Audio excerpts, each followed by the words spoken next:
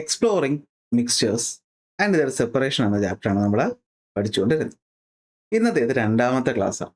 അപ്പോൾ കഴിഞ്ഞ ക്ലാസ് നിങ്ങളെല്ലാവരും കണ്ടിട്ടുണ്ടാകുമെന്ന് വിശ്വസിക്കുന്നു. ഇല്ലെങ്കിൽ എന്ത് ചെയ്യണം, ആ ക്ലാസ് കണ്ടതിന് ശേഷം മാത്രം ഇന്നത്തെ ക്ലാസ് കാണുക. കാരണം എന്താണ്, നമ്മൾ ഇന്ന് പഠിക്കാൻ പോകുന്ന പല കാര്യങ്ങളും നമുക്ക് അറിയണമെങ്കിൽ മുന്നത്തെ ക്ലാസ്സിലുള്ള കാര്യങ്ങൾ നമുക്ക് അറിയായിരിക്കണം. ഓക്കെ, അപ്പോൾ നമ്മൾ ഇന്ന് പഠിക്കാൻ പോകുന്ന എന്താണെന്ന് വെച്ച് കഴിഞ്ഞാൽ method of separation of mixtures. Okay, method of separation of mixtures. Homogeneous ഞാൻ പറയാത്തത് തന്നെയാണ്. കാരണം നമ്മളിന്ന് ഹോമോജീനിയസ് മിക്സ്ചറിന്റെ സെപ്പറേഷൻ മാത്രമല്ല, മൊത്തത്തിൽ ഈ ചാപ്റ്റർ പറ്റുവാണെങ്കിൽ ഇന്നത്തെ ഒരു ക്ലാസ്സോട് കൂടി നമ്മൾ എന്ത് ചെയ്യും, കംപ്ലീറ്റ് ആയിട്ട് പഠിക്കും. പക്ഷേ കംപ്ലീറ്റ് ആയിട്ട് പഠിക്കുമ്പോൾ നിങ്ങൾ ആദ്യം ഒരു കാര്യം ശ്രദ്ധിക്കണം. കുറച്ചധികം കാര്യങ്ങൾ നമ്മളിന്ന് പഠിക്കുന്നുണ്ട്. അപ്പോൾ പഠിച്ചു വരുമ്പോൾ കുറച്ച് കഴിയുമ്പോൾ നിങ്ങൾക്ക് ഒരു കൺഫ്യൂഷൻ വരാൻ സാധ്യതയുണ്ട്. ഇത് എവിടെ വന്നു, ഇത് ഏതിലായിരുന്നു എന്നൊരു കൺഫ്യൂഷൻ വരും. അതുകൊണ്ട് ഞാൻ ആദ്യം നമ്മൾ ഇന്ന് പഠിക്കാൻ പോകുന്ന കാര്യങ്ങൾ എന്തൊക്കെയാണെന്ന് നിങ്ങൾക്കൊരു മൈൻഡ് മാപ്പ് പോലെ ഞാൻ പറഞ്ഞുതരാം. അത് മനസ്സിൽ വെച്ചിട്ട് വേണം ഇന്നത്തെ ക്ലാസ് കാണാനായിട്ട്, അല്ലെങ്കിൽ നമുക്ക് കൺഫ്യൂഷൻ വരും. അപ്പോൾ അതിന് മുന്നേ ഒരു കാര്യം, ഓൺലൈൻ ട്യൂഷൻ വേണമെന്നുള്ളവർക്ക് വേണ്ടിയിട്ട് ഒരു സാറ്റർഡേ സൺഡേ ബാച്ച് നമ്മൾ സ്റ്റാർട്ട് ചെയ്യുന്നുണ്ട്. വരുന്ന സാറ്റർഡേ ആയിരിക്കും അത് സ്റ്റാർട്ട് ചെയ്യുന്നത്, മോർണിംഗ് ടൈമിലായിരിക്കും. അപ്പോൾ എനിക്കറിയാം ചിലപ്പോൾ ശനിയാഴ്ചകൾ ചില സ്കൂളുകളിൽ വർക്കിംഗ് ആയിരിക്കും. അപ്പോൾ ബാച്ചിലെ കുട്ടികൾക്ക് അങ്ങനെ വന്നു കഴിഞ്ഞാൽ നമ്മൾ അന്നത്തെ ദിവസത്തെ സമയം അല്പം നേരത്തെയോ അല്ലെങ്കിൽ രാത്രിയിലോട്ടോ നമ്മൾ ഷിഫ്റ്റ് ചെയ്യും. അല്ലാത്ത ദിവസങ്ങളിലൊക്കെ സാറ്റർഡേയും സൺഡേയും രാവിലെ ഉള്ളൊരു ടൈം ആയിരിക്കും. ടൈം ഫിക്സ് ആയിട്ടില്ല, എങ്കിലും രാവിലെ ഉള്ളൊരു ടൈം ആയിരിക്കും നമ്മുടെ ഓൺലൈൻ ക്ലാസ് സ്റ്റാർട്ട് ചെയ്യുന്നത്. സയൻസിനും സോഷ്യൽ സയൻസിനും വേണ്ടിയിട്ടായിരിക്കും ക്ലാസ് ഉണ്ടാകുന്നത്. ലിമിറ്റഡ് നമ്പർ ഓഫ് സീറ്റേ ഉണ്ടാവുകയുള്ളൂ. അതായത് ആദ്യം അഡ്മിഷൻ എടുക്കുന്ന വളരെ കുറച്ച് നമ്പർ ഓഫ് കുട്ടികൾക്ക് മാത്രമേ നമ്മുടെ ബാച്ചിൽ അഡ്മിഷൻ ഉണ്ടാവുകയുള്ളൂ. മറ്റൊന്നും കൊണ്ടല്ല, ഓൺലൈൻ ക്ലാസ് ആയതുകൊണ്ട് തന്നെ നമുക്ക് ശ്രദ്ധ എന്ന് പറയുന്നത്, അല്ലേ, നമുക്കൊരു വലിയ ക്ലാസ് ഒന്ന് ഒരുമിച്ച് ഓൺലൈനായിട്ട് എടുത്തു കഴിഞ്ഞാൽ അതുകൊണ്ട് വലിയ യൂസ് ഉണ്ടാകത്തില്ല. ഇപ്പോൾ കുട്ടികൾക്ക് ഇന്ററാക്ട് ചെയ്യണം. ഗൂഗിൾ മീറ്റ് വഴിയാണ് നമ്മൾ ക്ലാസ് എടുക്കുന്നത്. നിങ്ങൾക്ക് ക്യാമറ ഓൺ ആക്കാം, മൈക്ക് ഓൺ ആക്കാം. നമ്മളൊരു ലൈവ് ക്ലാസ് അല്ലെങ്കിൽ ഒരു ഒറിജിനൽ ക്ലാസ് ഇരിക്കുന്ന പോലെ മീഡിയം കമ്പ്യൂട്ടർ വഴിയാണെന്ന് മാത്രം വ്യത്യാസമേ അവിടെ ഉണ്ടാവുകയുള്ളൂ. നിങ്ങൾക്ക് നിങ്ങളുടെ സംശയങ്ങൾ ചോദിക്കാം, ക്ലിയർ ചെയ്യാം, മനസ്സിലായില്ലെങ്കിൽ റിപ്പീറ്റ് ചെയ്യാം. അങ്ങനെ നമുക്ക് പഠിച്ച് പോകാനായിട്ടാണ് ഈ ഒരു ബാച്ച്. സോ ഇതൊരു സ്പെഷ്യൽ ബാച്ച് ആയിരിക്കും. അതുകൊണ്ട് തന്നെ കുറച്ച് കുട്ടികൾക്ക് സീറ്റ് ഉണ്ടാകത്തുള്ളൂ. അഡ്മിഷൻ വേണമെന്നുള്ളവർ എത്രയും പെട്ടെന്ന് എന്ത് ചെയ്യുക, ഈ മുകളിൽ കാണുന്ന നമ്പറിൽ കോൺടാക്ട് ചെയ്യുക. കാരണം ക്ലാസ് തുടങ്ങാൻ പോവുകയാണ്. ഇപ്പം നമ്മൾ ആദ്യം മുതൽ സ്റ്റാർട്ട് ചെയ്യും. എങ്കിലും നിങ്ങളുടെ സ്കൂളിലൊക്കെ ഇപ്പോൾ പല ചാപ്റ്റേഴ്സും പകുതി എത്തിയിട്ടുണ്ടാവും. അപ്പോൾ നമുക്ക് ആ സ്പീഡ് പഠിക്കണമെങ്കിൽ ഇപ്പോൾ തന്നെ ഉടനെ തന്നെ ക്ലാസ് സ്റ്റാർട്ട് ചെയ്യണം. മാക്സിമം സമയം കൊണ്ട് നമുക്ക് ആ ഒരു സ്പീഡിലോട്ട് എത്തുകയും വേണം. അതുകൊണ്ട് താല്പര്യമുള്ളവർ ഏറ്റവും പെട്ടെന്ന് തന്നെ എന്ത് ചെയ്യുക, ഈ നമ്പറിൽ കോൺടാക്ട് ചെയ്യുക. കുറച്ച് സമയം കഴിഞ്ഞിട്ട് പിന്നെ അഡ്മിഷൻ ചോദിച്ച് ചിലപ്പോൾ സീറ്റ് അവൈലബിൾ ആകണമെന്നില്ല. അതുപോലെ വേറെ ബാച്ച് തുടങ്ങാനായിട്ട് എനിക്ക് സമയവും കിട്ടണമെന്നില്ല. സോ അതൊന്ന് പറഞ്ഞുകൊണ്ട് നമ്മൾ തുടങ്ങുന്നു. ഇന്ന് നമ്മൾ പഠിക്കാൻ പോകുന്നത് എന്താണ്, മിക്സ്ചറുകളുടെ സെപ്പറേഷനെ പറ്റിയിട്ടാണ്. എങ്ങനെ മിക്സ്ചേഴ്സിനെ നമുക്ക് സെപ്പറേറ്റ് ചെയ്യും, എന്താണ് മിക്സ്ചർ എന്നൊക്കെ നിങ്ങൾ വളരെ വ്യക്തമായിട്ട് പഠിച്ചു. ഈ മിക്സ്ചേഴ്സ് രണ്ട് തരത്തിലാണുള്ളതെന്ന് നിങ്ങൾക്ക് അറിയാം. ഏതൊക്കെയാണ്? ഒന്ന് ഹോമോജീനിയസ് മിക്സ്ചേഴ്സ്. ഏതാണ് ഹോമോജീനിയസ് മിക്സ്ചേഴ്സ്? മറ്റൊന്ന് എന്താണ്? Heterogeneous mixtures. അപ്പോൾ നമ്മളതിൽ നിന്ന് ആദ്യം ഹോമോജീനിയസ് മിക്സ്ചേഴ്സിന്റെ സെപ്പറേഷനെ പറ്റി പഠിക്കും. ഹോമോജീനിയസ് മിക്സ്ചേഴ്സിനെ സെപ്പറേറ്റ് ചെയ്യാനായിട്ട് നമ്മൾ 3 മെത്തേഡുകളാണ് പറയുന്നത്. ഒന്ന് ക്രിസ്റ്റലൈസേഷൻ, മറ്റൊന്ന് ഡിസ്റ്റിലേഷൻ, മൂന്നാമത്തേത് ക്രോമാറ്റോഗ്രാഫി എന്ന് പറയും. ഇത് പറയും ക്രോമാറ്റോഗ്രാഫി, പേപ്പർ ക്രോമാറ്റോഗ്രാഫി എന്നാണ് പറയുന്നത്. അപ്പോൾ എന്താണ് ക്രോമാറ്റോഗ്രാഫി എന്ന് പറയുന്ന മെത്തേഡ്? അതിൽ ആദ്യം പഠിക്കുന്ന ക്രിസ്റ്റലൈസേഷൻ എന്ന് പറയുന്നത് നമ്മൾ തൊട്ട് മുമ്പ് പഠിച്ച ആ ഒരു സോല്യൂബിലിറ്റി കർവിൽ നിന്നൊക്കെയുള്ള കാര്യങ്ങൾ വെച്ചുകൊണ്ടായിരിക്കും. ഡിസ്റ്റിലേഷൻ എന്ന് പറഞ്ഞു കഴിഞ്ഞാൽ ലിക്വിഡിന്റെ ബോയിലിംഗ് പോയിന്റുമായി ബേസ് ചെയ്ത് പ്രവർത്തിക്കുന്ന ഒന്നാണ്. ക്രോമാറ്റോഗ്രാഫി എന്ന് വെച്ച് കഴിഞ്ഞാൽ ഓരോ മെറ്റീരിയൽസും സോൾവെന്റുമായിട്ട് റിയാക്ട് ചെയ്യുന്ന അളവ്, അളവിനെ ബേസ് ചെയ്തിട്ടാണ് ഈ മെത്തേഡ് ഇരിക്കുന്നത്. ഇതിപ്പോൾ നിങ്ങൾക്ക് പിടി കിട്ടിയില്ലെങ്കിലും ഇതൊന്ന് കണ്ടുവെച്ചോ. ക്ലാസ് കഴിഞ്ഞിട്ട് നിങ്ങൾ ഈ പാർട്ട് ഒന്നും കൂടെ ഒന്ന് കണ്ടു നോക്കണം. ഞാൻ പറയുന്നത് ശ്രദ്ധിച്ചു കേൾക്കുക. ക്ലാസ് കഴിഞ്ഞിട്ട് ഈ പാർട്ട് മാത്രം ഒന്ന് ബാക്കിലേക്ക് വന്നിട്ട് ഒന്നുകൂടെ കണ്ട് സെറ്റാക്കിയിട്ട് വേണം നിങ്ങൾ ഇന്നത്തെ ക്ലാസ് നിർത്തി പോവാം. അല്ലെങ്കിൽ നിങ്ങൾക്ക് ക്ലാസ് കഴിയുമ്പോഴത്തേക്ക് മനസ്സിലാവും ഞാൻ എന്തിനാ പറയുന്നതെന്ന്. ഹെട്രോജീനിയസ് മിക്സ്ചേഴ്സിലോട്ട് നമ്മൾ വരുവാണെങ്കിൽ, ഈ ഹെട്രോജീനിയസ് മിക്സ്ചേഴ്സിൽ സോളിഡ് ആയിട്ടുള്ള മിക്സ്ചേഴ്സ് ഉണ്ടാവും, ലിക്വിഡ് ആയിട്ടുള്ളവരുണ്ടാവും, ഗ്യാഷ്യസ് ആയിട്ടുള്ളവരുണ്ടാവും. അപ്പോൾ ലിക്വിഡ് ആയിട്ടുള്ള ഹെട്രോജീനിയസ് മിക്സ്ചേഴ്സിനെ സെപ്പറേറ്റ് ചെയ്യുന്നത് എങ്ങനെ, അത് നമ്മൾ പഠിക്കും. സോളിഡ് ആയിട്ടുള്ളവരാണെങ്കിൽ എങ്ങനെ, അത് പഠിക്കും. അതായത് സോളിഡ് ആയിട്ടുള്ള ഹെട്രോജീനിയസ് മിക്സ്ചേഴ്സ് നമ്മൾ സെപ്പറേറ്റ് ചെയ്യുന്നത് സോളിഡിന്റെ പ്രോപ്പർട്ടികൾ അടിസ്ഥാനപ്പെടുത്തിയാണ്. അതായത് അതിന്റെ ഹീറ്റിങ്ങിനുണ്ടാകുന്ന പ്രോപ്പർട്ടി, മാഗ്നറ്റിക് പ്രോപ്പർട്ടി, അതിനെയൊക്കെ ബേസ് ചെയ്ത് പഠിക്കും. ലിക്വിഡ് ആയിട്ടുള്ളവരാണെങ്കിൽ അതിന്റെ ഡെൻസിറ്റി ഡിഫറൻസ് വെച്ചിട്ടാണ് നമ്മൾ എന്ത് ചെയ്യുന്നത്, സെപ്പറേറ്റ് ചെയ്യുന്നത്. ഗ്യാഷ്യസ് ആയിട്ടുള്ളത് വരുമ്പോഴത്തേക്ക് നമ്മൾ അതിന്റെ കേസ് പറയും, ഒരു സ്പെഷ്യൽ കേസാണ്, അത് പറയും. സോളിഡിനകത്ത് പറയുമ്പോൾ നമ്മൾ ഒരു അഡീഷണൽ ടോപ്പിക്കും കൂടെ ഇവിടെ ആഡ് ചെയ്യും, അതാണ് അലോയീസ് എന്ന് പറയുന്നത്. അതായത് ഹോമോജീനിയസ്, ഹെട്രോജീനിയസ് ആണ് നമ്മൾ പഠിച്ചുകൊണ്ടിരിക്കുന്നതെങ്കിൽ അവിടെ ഹോമോജീനിയസ് ആയിട്ടുള്ള മെറ്റലിന്റെ മിക്സ്ചേഴ്സ് ആയിട്ടുള്ള അലോയ്സിനെ പറ്റി നമ്മളിവിടെ സ്പെഷ്യൽ കേസ് ആയിട്ട് എടുത്ത് പഠിക്കും. അതിനുശേഷം നമ്മൾ പഠിക്കാൻ പോകുന്നത് ഹെട്രോജീനിയസിൽ നമ്മൾ ആദ്യത്തെ ക്ലാസ് ഞാൻ പറഞ്ഞു തന്നു എന്തൊക്കെയുണ്ട്, സസ്പെൻഷൻസും അതുപോലെ കൊളോയിഡ്സും എന്ന് പറയുന്ന രണ്ടെണ്ണം ഹെട്രോജീനിയസിനകത്ത് വരുന്നതാണ്. ബേസിക്കലി സോളിഡ് ലിക്വിഡ് ഗ്യാസ് വെച്ച് നമ്മൾ ആദ്യം സെപ്പറേഷൻ ടെക്നിക്സ് പഠിക്കുമെങ്കിലും പിന്നീട് നമ്മൾ എന്താണ് സസ്പെൻഷൻ എന്നും സസ്പെൻഷൻസിനെ സെപ്പറേറ്റ് ചെയ്യുന്ന രണ്ട് മെത്തേഡുകൾ, കൊയാഗുലേഷനും അതുപോലെ തന്നെ സെൻട്രിഫ്യൂഗേഷനും അതുപോലെ കൊയാഗുലേഷനെയും പറ്റിയിട്ട് പഠിക്കും. അടുത്ത് എന്താണ് ഒരു കൊളോയിഡ് എന്നും കൊളോയിഡിനകത്തുള്ള ടിൻഡൽ ഇഫക്റ്റിനെ പറ്റിയിട്ടുമാണ് നമ്മൾ ഇന്നത്തെ ക്ലാസ്സിൽ പഠിക്കുന്നത്. അപ്പോൾ ഇച്ചിരി ലെങ്ത് കൂടുതലായിരിക്കും ക്ലാസ്സിന്. സോ ഇടയ്ക്ക് നിങ്ങൾ ബ്രേക്ക് എടുത്തിട്ട് വേണം ക്ലാസ് കാണാൻ, അല്ലാതെ ഒറ്റയടിക്ക് എന്ത് ചെയ്യേണ്ട ആവശ്യമില്ല. ഇത്രയും ടോപ്പിക് ഒരുമിച്ച് കണ്ടാൽ നിങ്ങളുടെ ഇപ്പം എനിക്ക് പഠിപ്പിക്കാൻ എളുപ്പമാണ്, പക്ഷെ നിങ്ങൾക്ക് അത് തലയിൽ കയറ്റാൻ ബുദ്ധിമുട്ടായിരിക്കും. അതുകൊണ്ട് ഇടയ്ക്ക് ബ്രേക്ക് ഒക്കെ എടുത്ത് കണ്ടാൽ മതി. കണ്ടു തീർന്നിട്ട് ഞാൻ ഇപ്പം ഈ പറഞ്ഞ ക്ലാസിഫിക്കേഷൻ നിങ്ങൾ ഒന്നും കൂടെ വന്ന് കണ്ടിട്ട് വേണം പോകാനായിട്ട്. തുടങ്ങുകയാണ്. Method of separation of homogeneous mixtures. നമ്മൾ ആദ്യം പഠിക്കാൻ പോകുന്ന ആരെ പറ്റിയിട്ടാണ്, ഹോമോജീനിയസ് മിക്സ്ചേഴ്സിനെ പറ്റിയിട്ടാണ്. അപ്പോൾ ഹോമോജീനിയസ് മിക്സ്ചേഴ്സിനെ സെപ്പറേറ്റ് ചെയ്യാൻ നമ്മൾ ആദ്യം ഉപയോഗിക്കുന്ന മെത്തേഡിന്റെ പേരാണ് ക്രിസ്റ്റലൈസേഷൻ. എന്താണ് ക്രിസ്റ്റലൈസേഷൻ? അപ്പൊ ക്രിസ്റ്റലൈസേഷൻ ഇതാ ഇവിടെ പറയുന്ന കാര്യം മനസ്സിലാവണമെങ്കിൽ നമ്മൾ എവിടോട്ട് തിരിച്ചു പോകണം, നമ്മുടെ സോലുബിലിറ്റി കർവിലോട്ട് തിരിച്ചു പോകണം. അപ്പോൾ പറയുന്നതിന് മുന്നേ ആദ്യം ഈ ക്രിസ്റ്റലൈസേഷൻ എന്താണെന്ന് ഞാൻ പറയട്ടെ. നമുക്ക് ഹോമോജീനിയസ് മിക്സ്ചേഴ്സിനെ സെപ്പറേറ്റ് ചെയ്യാൻ ഞാൻ പറഞ്ഞു 3 മെത്തേഡാണുള്ളത്. അതിൽ ഒന്നാമത്തെ മെത്തേഡാണ് എന്ത്, ക്രിസ്റ്റലൈസേഷൻ. രണ്ടാമത്തെ മെത്തേഡാണ് എന്ത്, ഡിസ്റ്റിലേഷൻ. മൂന്നാമത്തെ മെത്തേഡാണ് എന്ത്, പേപ്പർ ക്രോമറ്റോഗ്രാഫി. അതിലാദ്യം പഠിക്കാൻ പോകുന്നത് ക്രിസ്റ്റലൈസേഷൻ. എന്താണ് ക്രിസ്റ്റലൈസേഷൻ എന്ന് വെച്ച് കഴിഞ്ഞാൽ ശ്രദ്ധിച്ച് കേൾക്കണേ. ഒരു സാച്ചുറേറ്റഡ് സൊല്യൂഷനിൽ നിന്നും സോളിഡ്സിനെ ക്രിസ്റ്റൽ ഫോമിൽ മാറ്റിയെടുക്കുന്ന പ്രോസസ്സാണ് ക്രിസ്റ്റലൈസേഷൻ എന്ന് പറയുന്നത്. അപ്പോൾ അത് അറിയണമെങ്കിൽ നമ്മൾ ഈ സോല്യൂബിലിറ്റി കർവ് ഒന്ന് ശ്രദ്ധിക്കണം.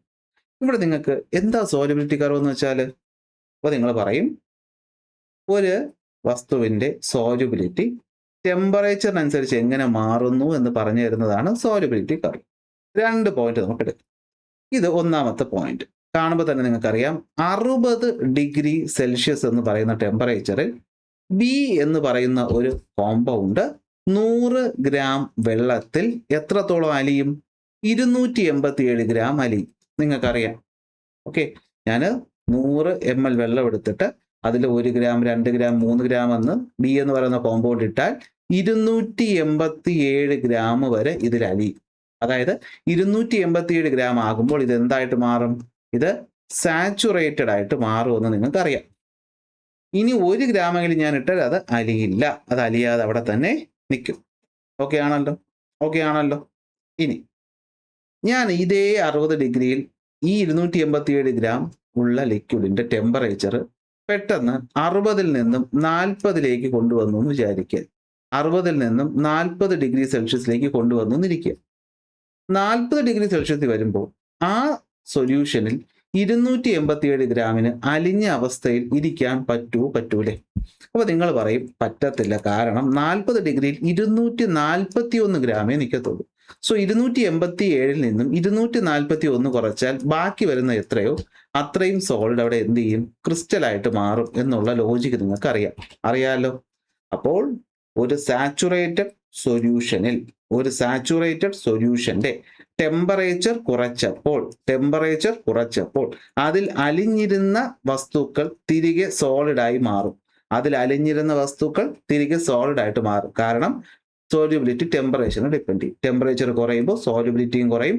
സോ നേരത്തെ എങ്ങാനും അലിഞ്ഞിട്ടുണ്ടെങ്കിൽ അലിഞ്ഞവർ തിരിച്ച് എന്ത് ചെയ്യും, സോളിഡായിട്ട് മാറി ബോട്ടത്തിൽ വന്ന് കിടക്കുമെന്നുള്ള കോമൺ സെൻസ് നിങ്ങൾക്ക് കിട്ടിയെങ്കിൽ നമുക്ക് കാര്യത്തിലോട്ട് കിടക്കാം. അങ്ങനെ ബോട്ടത്തിൽ വന്ന് കിടക്കുന്ന ഈ പറഞ്ഞ തരികളെ നമ്മൾ സൂക്ഷിച്ചു നോക്കിയാൽ അവർ നമ്മുടെ വീട്ടിലെ പഞ്ചസാര പോലെ അല്ലെങ്കിൽ ഉപ്പ് പോലെ ഒരു പ്രത്യേക ഷേപ്പിലുള്ള തരികളായിരിക്കത്തില്ലേ? അത്തരം ആൾക്കാരെയാണ് നമ്മൾ എന്ത് വിളിക്കുന്നത്, ക്രിസ്റ്റലുകൾ എന്ന് വിളിക്കുന്നത്. എന്താണ് crystal? Crystal is A solid that is made up of particles arranged in A regular geometric pattern. ഒരു പ്രത്യേക ജിയോമെട്രിക് പാറ്റേണിൽ ആൾക്കാരെ ഇങ്ങനെ അറേഞ്ച് ചെയ്ത് വയ്ക്കുമ്പോൾ ഉണ്ടാകുന്നത് അല്ലെങ്കിൽ കിട്ടുന്നതാണെന്ത്, ക്രിസ്റ്റൽ എന്ന് പറയും.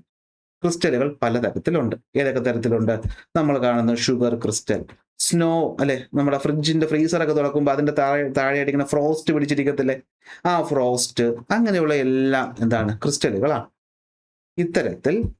ഇത്തരത്തിൽ ഒരു സാച്ചുറേറ്റഡ് സൊല്യൂഷനിൽ നിന്നും ക്രിസ്റ്റലുകളെ നിർമ്മിച്ചെടുക്കുന്ന പ്രോസസ്സിനെ വിളിക്കുന്ന പേരാണ് ക്രിസ്റ്റലൈസേഷൻ. എന്തിനിത് ചെയ്യുന്നു എന്ന് ചോദിച്ചാൽ ഒറ്റ ഉത്തരമേ ഉള്ളൂ. സോളിഡ് വസ്തുക്കളെ പ്യൂരിഫൈ ചെയ്യാൻ വേണ്ടിയിട്ട്, സോളിഡായ വസ്തുക്കളെ പ്യൂരിഫൈ ചെയ്യാൻ വേണ്ടിയിട്ടാണ് നമ്മൾ ക്രിസ്റ്റലൈസേഷൻ മെത്തേഡ് ഉപയോഗിക്കുന്നത്. കാരണം നമുക്ക് ആവശ്യമുള്ള പല വസ്തുക്കളും ഉണ്ടായി വരുമ്പോൾ അതിനകത്ത് എന്തുണ്ടാകും? ഇമ്പ്യൂരിറ്റി ഉണ്ടാകും. അപ്പൊ ഇമ്പ്യൂരിറ്റിനെ റിമൂവ് ചെയ്യാൻ വേണ്ടിയിട്ടാണ് നമ്മൾ എന്ത് ഉപയോഗിക്കുന്നത്? ക്രിസ്റ്റലൈസേഷൻ മെത്തേഡ് ഉപയോഗിക്കുന്നത്. അപ്പോൾ ഒന്നുകൂടി പറഞ്ഞു, എന്താണ് ക്രിസ്റ്റലൈസേഷൻ? സാച്ചുറേറ്റഡ് ആയിട്ടുള്ളൊരു സൊല്യൂഷൻ, അതിൽ നിന്നും നമ്മൾ ഈ പറയുന്ന സോൾവെന്റ് പാർട്ടിനെയൊക്കെ കളഞ്ഞിട്ട് അതിൽ നിന്നും ക്രിസ്റ്റൽ ഫോമിൽ അല്ലെങ്കിൽ സോളിഡ് ഫോമിൽ ഈ പറഞ്ഞ വസ്തുക്കളെ മാറ്റിയെടുക്കുന്ന പ്രോസസ്സിനെയാണ് നമ്മൾ എന്ത് വിളിക്കുന്നത്? ക്രിസ്റ്റലൈസേഷൻ എന്ന് വിളിക്കുന്നത്. ക്രിസ്റ്റലൈസേഷൻ എന്ന് വിളിക്കുന്നത്. എന്തിനാണ് ക്രിസ്റ്റലൈസേഷൻ ഉപയോഗിക്കുന്നത്? വസ്തുക്കളെ പ്യൂരിഫൈ ചെയ്യാൻ വേണ്ടിയിട്ടാണ്. എന്തിനു വേണ്ടിയിട്ടാണ്? പ്യൂരിഫൈ ചെയ്യാൻ വേണ്ടിയിട്ടാണ്. എങ്ങനെയെന്ന് പറഞ്ഞുതരാം. ഒരു സോളിഡ് ആയിട്ടുള്ള വസ്തു, അതിൽ ഇവ നമുക്ക് എക്സാമ്പിളായിട്ട് നമ്മൾ ഈ ഒരു എക്സാമ്പിൾ വെച്ചിട്ട് ഞാൻ പറഞ്ഞുതരാം. കോപ്പർ സൾഫേറ്റ് എന്ന് പറയുന്ന ഒരാൾ നമ്മൾ അതിന്റെ പേര് ബ്ലൂ വിട്രിയോൾ എന്നാണ്. അപ്പോൾ പരീക്ഷയ്ക്ക് ബ്ലൂ വിട്രിയോൾ എന്ന് പറഞ്ഞു കഴിഞ്ഞാൽ നിങ്ങൾ മനസ്സിലാക്കിക്കൊള്ളുന്നത് ആരാണ്? കോപ്പർ സൾഫേറ്റ് ആണ്. CuSO4 നീല നിറത്തിലിരിക്കും. നിങ്ങളുടെ കയ്യിൽ കുറച്ച് കോപ്പർ സൾഫേറ്റ് തരികൾ തന്നിട്ട് പറയുകയാണ്, ഈ കോപ്പർ സൾഫേറ്റ് തരികളുടെ കൂടെ അല്ലെങ്കിൽ അതിനകത്ത് ചില ഇമ്പ്യൂരിറ്റീസ് കാണും. എന്താണ്? ഇമ്പ്യൂരിറ്റീസ് കാണും. അൺവാണ്ടഡ് ആയിട്ടുള്ള ആൾക്കാർ കാണും. അവരെ റിമൂവ് ചെയ്ത് എനിക്ക് പ്യുവർ കോപ്പർ സൾഫേറ്റ് തരണമെന്ന് പറഞ്ഞാൽ നിങ്ങൾ ആശ്രയിക്കുന്ന മെത്തേഡ് ഏതായിരിക്കും? ക്രിസ്റ്റലൈസേഷൻ ആയിരിക്കും. നിങ്ങൾ എന്ത് മെത്തേഡായിരിക്കും എടുക്കുന്നത്? ക്രിസ്റ്റലൈസേഷൻ ആയിരിക്കും. എങ്ങനെയെന്ന് വെച്ചാൽ മെത്തേഡ് വളരെ സിമ്പിളാണ്. നമ്മൾ ആദ്യം എന്തെടുക്കണം? ഒരു ബീക്കർ എടുക്കണം. അതിലൊരു 25 ml വെള്ളം എടുക്കണം. അതിൽ ഈ പറയുന്ന 1 gram ഓഫ് കോപ്പർ സൾഫേറ്റിന്റെ ക്രിസ്റ്റൽ എടുത്തിടുക. എന്നിട്ട് അതിനെന്ത് ചെയ്യുക? നന്നായിട്ട് ഇളക്കുക, ചൂടാക്കുക. എന്നിട്ട് അതിലേക്ക് വീണ്ടും വീണ്ടും നിങ്ങൾ കോപ്പർ സൾഫേറ്റ് ഇട്ടിട്ട് ഒരു സമയം എത്തുമ്പോഴത്തേക്കും അത് എന്തായിട്ട് മാറും? സാച്ചുറേറ്റഡ് ആയിട്ട് മാറും. അങ്ങനെ സാച്ചുറേറ്റഡ് ആയിട്ട് മാറിക്കഴിഞ്ഞാൽ നിങ്ങൾ അപ്പം തന്നെ ആ പ്രോസസ്സ് സ്റ്റോപ്പ് ചെയ്തിട്ട് ഈ പറഞ്ഞ ലിക്വിഡിനെ ഒന്ന് ഫിൽറ്റർ ചെയ്ത് എടുക്കണം. എന്ത് ചെയ്യണം? ഒന്ന് ഫിൽറ്റർ ചെയ്ത് എടുക്കണം. ഓക്കെ, എന്ത് ചെയ്തെടുക്കണം? ഫിൽറ്റർ ചെയ്ത് എടുക്കണം. ഓക്കെ, ഫിൽറ്റർ ചെയ്തെടുത്തു കഴിഞ്ഞാൽ ബാക്കി വരുന്ന ഭാഗം, ഫിൽറ്റർ ചെയ്ത് കഴിയുമ്പോൾ നിങ്ങൾക്ക് അറിയാം അതിനകത്ത് ഉണ്ടായിരുന്ന അലിയാത്ത മറ്റ് ഇമ്പ്യൂരിറ്റീസ് ഒക്കെ എന്ത് ചെയ്തിട്ടുണ്ടാവും? അലിഞ്ഞു പോയിട്ടുണ്ടാവും അല്ലെ? Filter the hot solution and remove the insoluble impurities അപ്പം ക്ലിയർ ആയി. എന്നിട്ട് ബാക്കി കിട്ടിയതിനെ ഒരു ബീക്കറിൽ ഒഴിച്ച് അടച്ചു വെക്കുക. കുറച്ച് സമയം കഴിയുമ്പോഴത്തേക്ക് നമുക്ക് എന്ത് കാണാൻ പറ്റും? ടെമ്പറേച്ചർ കുറയുന്നുണ്ടാവുമല്ലോ. ഇപ്പൊ ചൂടാക്കി, അപ്പോഴാണ് നമ്മൾ ഇത് എത്രയും ചെയ്തത്. കുറച്ച് നേരം ഇവിടെ റെസ്റ്റ് ചെയ്യാൻ വെക്കുമ്പോൾ ടെമ്പറേച്ചർ ഗ്രാജുവലി എന്ത് ചെയ്യും? Cool down slowly. അപ്പൊ ടെമ്പറേച്ചർ കുറയുമ്പോൾ നമ്മുടെ ഗ്രാഫിലോട്ട് തിരിച്ചു വന്നേ. ടെമ്പറേച്ചർ കുറയുമ്പോൾ എന്ത് പറ്റും? സോല്യൂബിലിറ്റിയും കുറയും. അപ്പോൾ അവിടെ നേരത്തെ അമിതമായി അലിഞ്ഞ ക്രിസ്റ്റലുകളൊക്കെ എന്ത് ചെയ്യും? തിരിച്ച് വരും. ഇവിടെ ബാക്കി വന്നതുപോലെ ഇവിടെ എന്ത് ചെയ്യും? തിരിച്ച് വരും. അങ്ങനെ നമുക്കൊരു വാച്ച് ഗ്ലാസ്സിനകത്തേക്ക് എന്ത് കിട്ടും? പ്യുവർ കോപ്പർ സൾഫേറ്റ് ക്രിസ്റ്റലുകൾ കിട്ടും. ഇതിനകത്ത് നിന്ന് കുറെ കഴിയുമ്പോൾ അടിയുന്ന സാധനങ്ങൾ എടുത്ത് നോക്കുമ്പോൾ നല്ല പ്യുവർ ആയിട്ടുള്ള. അപ്പൊ ഇവിടെ പ്രത്യേകത എന്താണ്? ആദ്യം നമ്മൾ ഇവിടോട്ട് ആഡ് ചെയ്ത കോപ്പർ സൾഫേറ്റ് ഇംപ്യുവർ ആയിരുന്നു. ഇവിടെ കിട്ടിയതാണെങ്കിലോ പ്യുവർ, ശുദ്ധമായിട്ടുള്ള കോപ്പർ സൾഫേറ്റ് നമുക്ക് ഇവിടുന്ന് കിട്ടും. എന്ത് കിട്ടും? പ്യുവർ കോപ്പർ സൾഫേറ്റ് കിട്ടും. സോ ക്രിസ്റ്റലൈസേഷൻ മെത്തേഡ് എന്തിനു ഉപയോഗിക്കുന്നു? To purify solids. സോളിഡായ വസ്തുക്കളെ പ്യൂരിഫൈ ചെയ്യാൻ വേണ്ടിയിട്ട് ഉപയോഗിക്കുന്നു. ഓക്കെ, ഫിൽറ്റർ ഒന്നുകൂടി ഒന്ന് റിൻസ് ഒക്കെ ചെയ്ത് കഴിയുമ്പോഴത്തേക്കും നമുക്ക് എന്ത് കിട്ടും? വളരെ ശുദ്ധമായിട്ടുള്ള ക്രിസ്റ്റൽസ് കിട്ടും. ഓക്കെ, ഇനി ഞാൻ ഈ പറഞ്ഞ മെത്തേഡ് ഒന്ന് നോക്കും. ഈ ലൈൻ്റെ അർത്ഥം ഇനിയാണ് നിങ്ങൾക്ക് മനസ്സിലാകുന്നത്. The method can be used for crystallization method എന്തിനു ഉപയോഗിക്കാം? The separation of two solids in which one of the compound is present in small quantity. എന്ന് വെച്ചാൽ എന്താടാ? ഇത് എവിടെയാണ് ഉപയോഗിക്കുന്നത്? നമ്മൾ ഇത് ഉപയോഗിക്കുന്നത് 2 സോളിഡ് ഉണ്ട്, അത് ഈ പറയുന്ന ഒരു സോൾവെന്റിൽ സോല്യൂബിൾ ആകും. ഓക്കെ, സോല്യൂബിൾ ആകും, പക്ഷെ അത് ഒന്ന് ചെറിയ ക്വാണ്ടിറ്റിയിലായിരിക്കും. ഈ ചെറിയ ക്വാണ്ടിറ്റിയിൽ ഇരിക്കുന്ന ഇവനെയാണ് നമ്മൾ എന്ത് വിളിക്കുന്നത്? ഇമ്പ്യൂരിറ്റി എന്ന് വിളിക്കുന്നത്. ആലോചിച്ച് നോക്കി, ഈ കോപ്പർ സൾഫേറ്റ് ക്രിസ്റ്റലിന്റെ കൂടെ ഉണ്ടായിരുന്നപ്പോൾ അവനെ പോലെ ഇരിക്കുന്ന ഒരു സോളിഡ് ആണ്, പക്ഷെ അത് കോപ്പർ സൾഫേറ്റ് ആണോ? അല്ല. അപ്പൊ അതിനാണ് എന്ത് ഇമ്പ്യൂരിറ്റി. അപ്പോൾ സോളിഡായ വസ്തു, നമുക്ക് ആവശ്യമുള്ള വസ്തുവും അതിനോടൊപ്പം തന്നെ ഇമ്പ്യൂരിറ്റിയും ഒരു സോൾവെന്റിൽ അലിയുമെങ്കിൽ ആ സോൾവെന്റുകളെ പ്യൂരിഫൈ ചെയ്യാൻ വേണ്ടിയിട്ട് നമുക്ക് ഈ മെത്തേഡ് ഉപയോഗിക്കാം. അതാണ് അർത്ഥം. This method can be used for the purification of solids. അപ്പൊ ഇതാണ് എന്ത് ക്രിസ്റ്റലൈസേഷൻ എന്ന് പറയുന്നത്. അപ്പോൾ ക്രിസ്റ്റലൈസേഷന്റെ അടിസ്ഥാന തത്വം എന്താണ്? അത് ടെമ്പറേച്ചറിനനുസരിച്ച് സോല്യൂബിലിറ്റിയിൽ ഉണ്ടാകുന്ന മാറ്റമാണ്. ടെമ്പറേച്ചറിനനുസരിച്ച് സോല്യൂബിലിറ്റിയിൽ ഉണ്ടാകുന്ന മാറ്റത്തെ അടിസ്ഥാനപ്പെടുത്തിയാണ് അപ്പോൾ എന്ത് വർക്ക് ചെയ്യുന്നത്? ക്രിസ്റ്റലൈസേഷൻ വർക്ക് ചെയ്യുന്നത്. അപ്പോൾ പറഞ്ഞേ എന്താണ് ക്രിസ്റ്റലൈസേഷൻ എന്ന് വെച്ച് കഴിഞ്ഞാൽ, ഒരു സാച്ചുറേറ്റഡ് സൊല്യൂഷനിൽ നിന്നും സോളിഡ് ആയിട്ടുള്ള a method of forming solid crystals from. ഇവിടെ സാച്ചുറേറ്റഡ് സൊല്യൂഷൻ നിങ്ങൾ ആക്കിക്കോളും. എവിടെയാണ് യൂസ് ചെയ്യുന്നത്? 1-2 മെത്തേഡ്സ് ആണ് ഉള്ളത്, അല്ലെങ്കിൽ 2 സ്ഥലത്താണ് ഉപയോഗിക്കുന്നത്. ഒന്ന്, ചെറിയ അളവിലും വലിയ അളവിലും ഒരേപോലെ ഇരിക്കുന്ന അല്ലെങ്കിൽ ഒരേപോലെ തോന്നിക്കുന്ന സോളിഡ്സ് ഒരു സോൾവെന്റിൽ അലിയുമെങ്കിൽ അവിടെ നമുക്ക് അവരെ സെപ്പറേറ്റ് ചെയ്യാൻ വേണ്ടിയിട്ട് ഈ മെത്തേഡ് യൂസ് ചെയ്യാം. അതായത് പ്യൂരിഫിക്കേഷന് വേണ്ടിയിട്ടാണ്. എന്താണ് അടിസ്ഥാന തത്വം എന്ന് പറഞ്ഞു കഴിഞ്ഞാൽ, ടെമ്പറേച്ചറിനനുസരിച്ച് ഓരോ വസ്തുക്കളുടെയും സോല്യൂബിലിറ്റി ചേഞ്ച് ചെയ്യും. അപ്പൊ ടെമ്പറേച്ചർ കൂട്ടി നമ്മൾ ഹൈലി സോല്യൂബിൾ ആക്കിയിട്ട് ടെമ്പറേച്ചർ കുറച്ച് ഇൻസോല്യൂബിൾ ആക്കി ഇവരെ നമ്മൾ സെപ്പറേറ്റ് ചെയ്ത് എടുക്കും, അല്ലെ? സെപ്പറേറ്റ് ചെയ്ത് എടുക്കും. അതായത് ഹോട്ട് സോൾവെന്റിൽ ഒരു എല്ലാ വസ്തുക്കളും അലിയും. എന്നിട്ട് അതിനെ കൂൾ ചെയ്യുന്ന സമയത്ത് എന്ത് പറ്റും? Substance become less soluble. ആ ലെസ് സോല്യൂബിൾ ആയ സബ്സ്റ്റൻസ് ക്രിസ്റ്റലുകളായിട്ട് ഫോം ചെയ്യുകയും അവിടുത്തെ ഇമ്പ്യൂരിറ്റി അതിൽ നിന്ന് മാറുകയും ചെയ്യും. ഇതിനാണ് നമ്മൾ എന്ത് വിളിക്കുന്നത്? ക്രിസ്റ്റലൈസേഷൻ എന്ന് വിളിക്കുന്നത്. ക്രിസ്റ്റലൈസേഷൻ നിങ്ങൾ ഈ പോയിന്റ്സ് ആണ് മനഃപ്പാടമാക്കി വെക്കേണ്ടത്. പക്ഷേ സയൻസ് ആണ്, കാണാപ്പാടം കൊണ്ട് കാര്യമില്ല. പറഞ്ഞ കാര്യങ്ങൾ നിങ്ങളുടെ തലയിൽ ഉണ്ടാകുമെന്ന് ഞാൻ വിശ്വസിക്കുന്നു. ഓക്കെ, ഇവിടെ ഒരു കാര്യം ചോദിച്ചിട്ടുണ്ട്. 1-2 ml of saturated copper sulphate solution ഒരു ചെറിയ ഗ്ലാസ്സിൽ വെച്ചിട്ട്, ലാമിനേറ്റ് ഷീറ്റ് വെച്ചിട്ട് നമ്മൾ അതിനെ കുറേ സമയം വെച്ച് കഴിഞ്ഞാൽ നമുക്ക് എന്ത് കാണാൻ പറ്റും? ക്രിസ്റ്റൽസ് ഫോം ചെയ്യുമെന്നാണ് ചോദിച്ചിട്ടുള്ളത്. ഉറപ്പായിട്ട് ഫോം ചെയ്യും. പക്ഷെ അതൊരു നല്ല എക്സ്പെരിമെന്റ് മെത്തേഡാണോ? അല്ല. കാരണം എന്താണ്? അവിടെ ഇമ്പ്യൂരിറ്റീസ് ഒക്കെ വരാനുള്ള ചാൻസ് ഉണ്ട്. അവിടെ എന്തിനുള്ള ചാൻസ് ഉണ്ട്? ഇമ്പ്യൂരിറ്റീസ് വരാനുള്ള ചാൻസ് ഉണ്ട്. അതുകൊണ്ടാണ് നമ്മളത് ഉപയോഗിക്കാത്തത്. ഓക്കെ, ഇനി ക്രിസ്റ്റലൈസേഷന്റെ യൂസ് ഓൾറെഡി നമ്മൾ പഠിച്ചു. എന്താണ്? It is a common technique. എന്തിനുപയോഗിക്കുന്നു? Separating pure substances from homogeneous mixtures. Homogeneous മിക്സ്ചറിൽ നിന്നും പ്യുവർ സബ്സ്റ്റൻസ് കിട്ടാൻ വേണ്ടിയിട്ടാണ് ഉപയോഗിക്കുന്നത്. അതായത് നമ്മൾ ഏതെങ്കിലും ഒരു വസ്തു നിർമ്മിക്കുന്ന സമയത്ത് അതിനോടൊപ്പം തന്നെ എന്ത് കാണും? അൺവാണ്ടഡ് ഇമ്പ്യൂരിറ്റീസ് കാണും. ഈ ഇമ്പ്യൂരിറ്റീസിനെ റിമൂവ് ചെയ്യാൻ ക്രിസ്റ്റലൈസേഷൻ നമ്മളെ ഹെൽപ്പ് ചെയ്യും. ഇതാണ് എന്ത് ക്രിസ്റ്റലൈസേഷൻ എന്ന് പറയുന്നത്. വളരെ വ്യക്തമായി പറഞ്ഞു തന്നിട്ടുണ്ട്, മനസ്സിലായിട്ടുണ്ടാകുമെന്ന് വിശ്വസിക്കുന്നു. എന്താണ് ക്രിസ്റ്റലൈസേഷൻ എന്ന് വെച്ച് കഴിഞ്ഞാൽ, ഒരു വസ്തുവിനോടൊപ്പം, ഒരു സോളിഡായ വസ്തുവിനോടൊപ്പം മറ്റൊരു സാധനം കൂടെ കാണും, അതായത് ഇമ്പ്യൂരിറ്റി കാണും. അപ്പോൾ അത് നമുക്ക് റിമൂവ് ചെയ്യണം. ഇതാണ് മെയിൻ പർപ്പസ്. അപ്പോൾ നമ്മൾ അതിനെ എന്ത് ചെയ്യും? ഒരു ബീക്കറിൽ എടുത്തിട്ട് നമ്മളൊരു സോൾവെന്റ് ആഡ് ചെയ്തിട്ട് നമ്മൾ ടെമ്പറേച്ചർ കൂട്ടി അതിനെ സോല്യൂബിൾ ആക്കും. ടെമ്പറേച്ചർ കൂട്ടി സോല്യൂബിൾ ആക്കി ലിക്വിഡ് ഫോമിലോട്ട് മാറ്റിയിട്ട് അതിനെ നമ്മൾ ഫിൽട്ടർ ചെയ്ത് കളഞ്ഞിട്ട് നമ്മൾ ടെമ്പറേച്ചർ കുറയ്ക്കുന്ന സമയത്ത് ഈ പറയുന്ന ആൾക്കാരെല്ലാം എന്ത് പറ്റും? ക്രിസ്റ്റൽസ് ആയിട്ട് ഫോം ചെയ്ത് മാറി നിൽക്കും. ആ ക്രിസ്റ്റൽസ് എന്ന് വെച്ചാൽ ഹൈലി പ്യുവർ ക്രിസ്റ്റൽസ് ആയിരിക്കും. ഓക്കെ, ഇതാണ് മെത്തേഡ് എന്ന് പറയുന്നത്. ഓക്കെ, കോപ്പർ സൾഫേറ്റ് എക്സ്പെരിമെന്റിന്റെ പോയിന്റ്സ് ആണ് ഇവിടെ കൊടുത്തിട്ടുള്ളത്. നമ്മൾ ഓൾറെഡി പറഞ്ഞു കഴിഞ്ഞു. അടുത്ത മെത്തേഡിലോട്ട് പോവാം, ഡിസ്റ്റിലേഷൻ. അപ്പൊ അതിന് മുന്നേ ഇവിടെ ഒരു കാര്യം നോക്കി, ഇവിടെ കണ്ടായിരുന്നു ഉപ്പ്. നിങ്ങൾ എല്ലാവരുടെയും വീട്ടിൽ എന്ത് ഉപയോഗിക്കുന്നുണ്ട്? ഉപ്പ് ഉപയോഗിക്കുന്നുണ്ട്. സോൾട്ടിന്റെ കെമിക്കൽ ഫോർമുലയാണ് എന്ത്? NaCl. ഇത് എവിടെ നിന്നാണ് കിട്ടുന്നത്? നമ്മുടെ വീട്ടിൽ കിട്ടുന്ന ഉപ്പൊക്കെ പ്രധാനമായിട്ട് കിട്ടുന്ന എവിടെ നിന്നാണ്? കടൽ വെള്ളത്തിന് നമ്മൾ എന്ത് ചെയ്തിട്ടാണ്? വറ്റിച്ചിട്ടാണ് കിട്ടുന്നത്. പണ്ട് ഉപ്പ് സത്യാഗ്രഹം നടത്തിയ ഗാന്ധിജിയൊക്കെ നിങ്ങൾക്ക് ഓർമ്മയുണ്ടല്ലോ. അപ്പൊ ഗാന്ധിജി ഉപ്പ് സത്യാഗ്രഹം നടത്താൻ നേരത്ത് ഉപ്പ് കുറുക്കിയാണ് ചെയ്തത്. അപ്പൊ ഉപ്പ് ഉണ്ടാക്കുന്ന പരിപാടി നമ്മുടെ നാട്ടിൽ പണ്ടേ ഉണ്ട്. എന്താണ് ഈ ഉപ്പ് ഉണ്ടാക്കുന്ന പ്രോസസ്സ് നടക്കുന്നത്? നിങ്ങൾക്ക് തന്നെ ചിന്തിച്ചാൽ മനസ്സിലാക്കാൻ പറ്റും. കടൽ വെള്ളത്തെ നമ്മൾ കരയിലേക്ക് കൊണ്ടുവരും. എന്നിട്ട് സോൾട്ട് പാനുകൾ എന്ന് പറയും. അതായത് വലിയ കുളങ്ങൾ പോലത്തെ സാധനങ്ങൾ ഉണ്ടാക്കിയിട്ട് ഇതിനകത്ത് ഈ കടൽ വെള്ളത്തിന് നിറച്ചിടും. അപ്പൊ എന്താ പറ്റുന്നതെന്ന് വെച്ചാൽ, സൂര്യപ്രകാശം അടിച്ച് ഇവിടെ ഇവോപ്പറേഷൻ സംഭവിച്ചിട്ട് ഈ വെള്ളം എന്ത് ചെയ്യും? ഇവിടുന്ന് ഇവോപ്പറേറ്റ് ചെയ്ത് പോകും. അങ്ങനെ വെള്ളം ഇവോപ്പറേറ്റ് ചെയ്ത് പോകുമ്പോൾ ഇവിടെ ബാക്കി ആരേ ഉള്ളൂ? കടൽവെള്ളത്തിനകത്ത് ഉപ്പും വെള്ളമാണ്. സോ ബാക്കിയുള്ള ഉപ്പ് ഇവിടെ എന്ത് ചെയ്യും? Left behind. ഓക്കെ, ഉപ്പ് ഇവിടെ ബാക്കി ഉണ്ടാകും. അങ്ങനെ നമുക്ക് എന്ത് കിട്ടും? സോൾട്ട് ക്രിസ്റ്റൽസ് കിട്ടും. അപ്പൊ ഇതും ഒരു തരത്തിലൊരു ക്രിസ്റ്റലൈസേഷൻ മെത്തേഡ് പോലെയാണ്. ഇവിടെയും നമ്മൾ എന്ത് ചെയ്യുന്നു? ഈ പറയുന്ന സോൾവെന്റിനെ ഇവോപ്പറേറ്റ് ചെയ്ത് കളഞ്ഞിട്ട് നമ്മൾ ഇവിടെയുള്ള ആവശ്യത്തിനുള്ള സാധനത്തിനെ എടുക്കും. അപ്പൊ ഇത് എന്താണ്? ക്രിസ്റ്റലൈസേഷന്റെ ഒരു മെത്തേഡ് തന്നെ ആകുന്നു. ഇതിവിടെ പറഞ്ഞെന്തിനാന്ന് വെച്ചാൽ, ഇവിടുന്ന് നമ്മൾ പുതിയ രണ്ടാമത്തെ മെത്തേഡ് പഠിക്കാൻ പോവാം. അതിന്റെ പേരാണ് എന്ത്? ഡിസ്റ്റിലേഷൻ. എന്താണ്? ഡിസ്റ്റിലേഷൻ.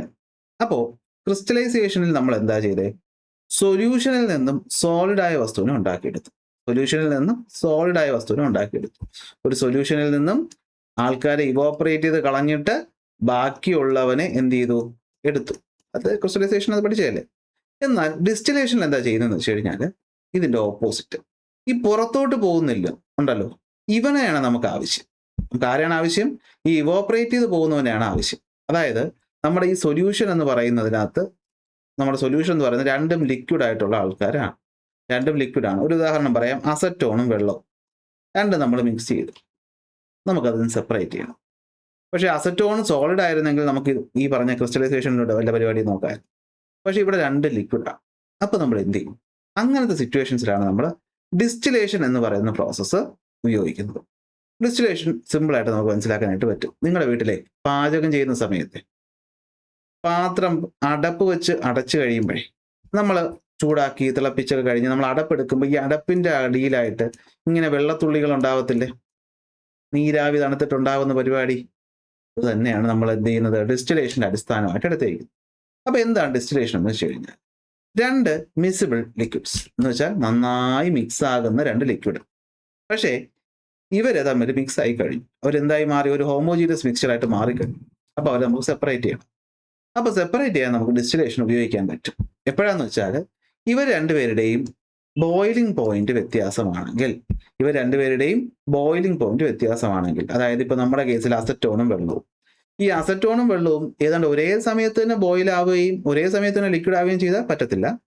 അല്ല, അസറ്റോൺ നേരത്തെ ബോയിലാവും, വെള്ളം പതുക്കെ ബോയിലാവും. അതായത് മിനിമം ഈ രണ്ട് ലിക്വിഡുകളും തമ്മിൽ ഒരു 25 ഡിഗ്രിയുടെ എങ്കിലും വ്യത്യാസം ഉണ്ടെങ്കിൽ നമുക്ക് അവിടെ ഡിസ്റ്റിലേഷൻ എന്ന് പറയുന്ന മെത്തേഡ് ഉപയോഗിക്കാനായിട്ട് പറ്റും. എന്തുപയോഗിക്കാൻ പറ്റും? ഡിസ്റ്റിലേഷൻ എന്ന് പറയുന്ന മെത്തേഡ് ഉപയോഗിക്കാനായിട്ട് പറ്റും. അപ്പൊ എന്താണ് ഡിസ്റ്റിലേഷൻ? ഇത്രയേ ഉള്ളൂ. നമുക്ക് സെപ്പറേറ്റ് ചെയ്യേണ്ട ഹോമോജീനസ് മിക്സ്ചറിനെ ഇത്തരത്തിലൊരു ഡിസ്റ്റിലേഷൻ ഫ്ലാസ്കിനകത്തോട്ട് എടുക്കും. ഇതാണ് ഡിസ്റ്റിലേഷൻ ഫ്ലാസ്ക്. എന്നിട്ട് അതിനെ അങ്ങോട്ട് ചൂടാക്കും.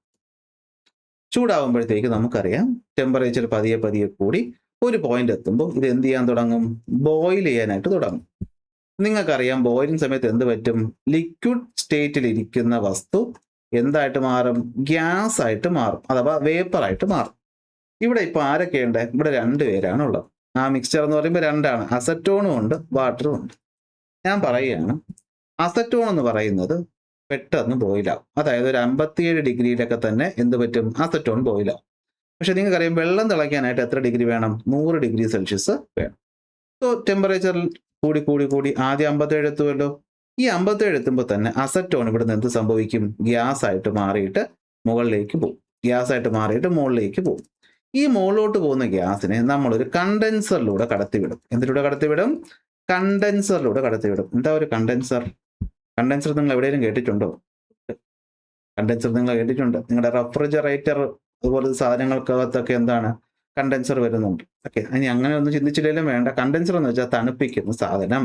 വാട്ടർ കണ്ടൻസർ എന്ന് വെച്ച് കഴിഞ്ഞാൽ വെള്ളം ഉപയോഗിച്ച് ഒരു പൈപ്പിൽ കൂടെ വെള്ളത്തിനെ കടത്തിവിടും, എന്നിട്ട് അടുത്ത പൈപ്പിലൂടെ വെള്ളത്തിനെ എടുത്ത് തണുത്ത വെള്ളമായിരിക്കും ഈ പോകുന്നത്. അപ്പൊ ഈ വെള്ളത്തിന്റെ ഇടയിലൂടെയാണ് എന്ത് പോകുന്നത്? ഈ ഗ്യാസ് പോകും. അപ്പൊ ചൂടാക്കിയപ്പോൾ ലിക്വിഡ് ഗ്യാസ് ആയെങ്കിൽ തണുപ്പിക്കുമ്പോൾ ഗ്യാസ് എന്തായിട്ട് മാറും? ലിക്വിഡായിട്ട് മാറും.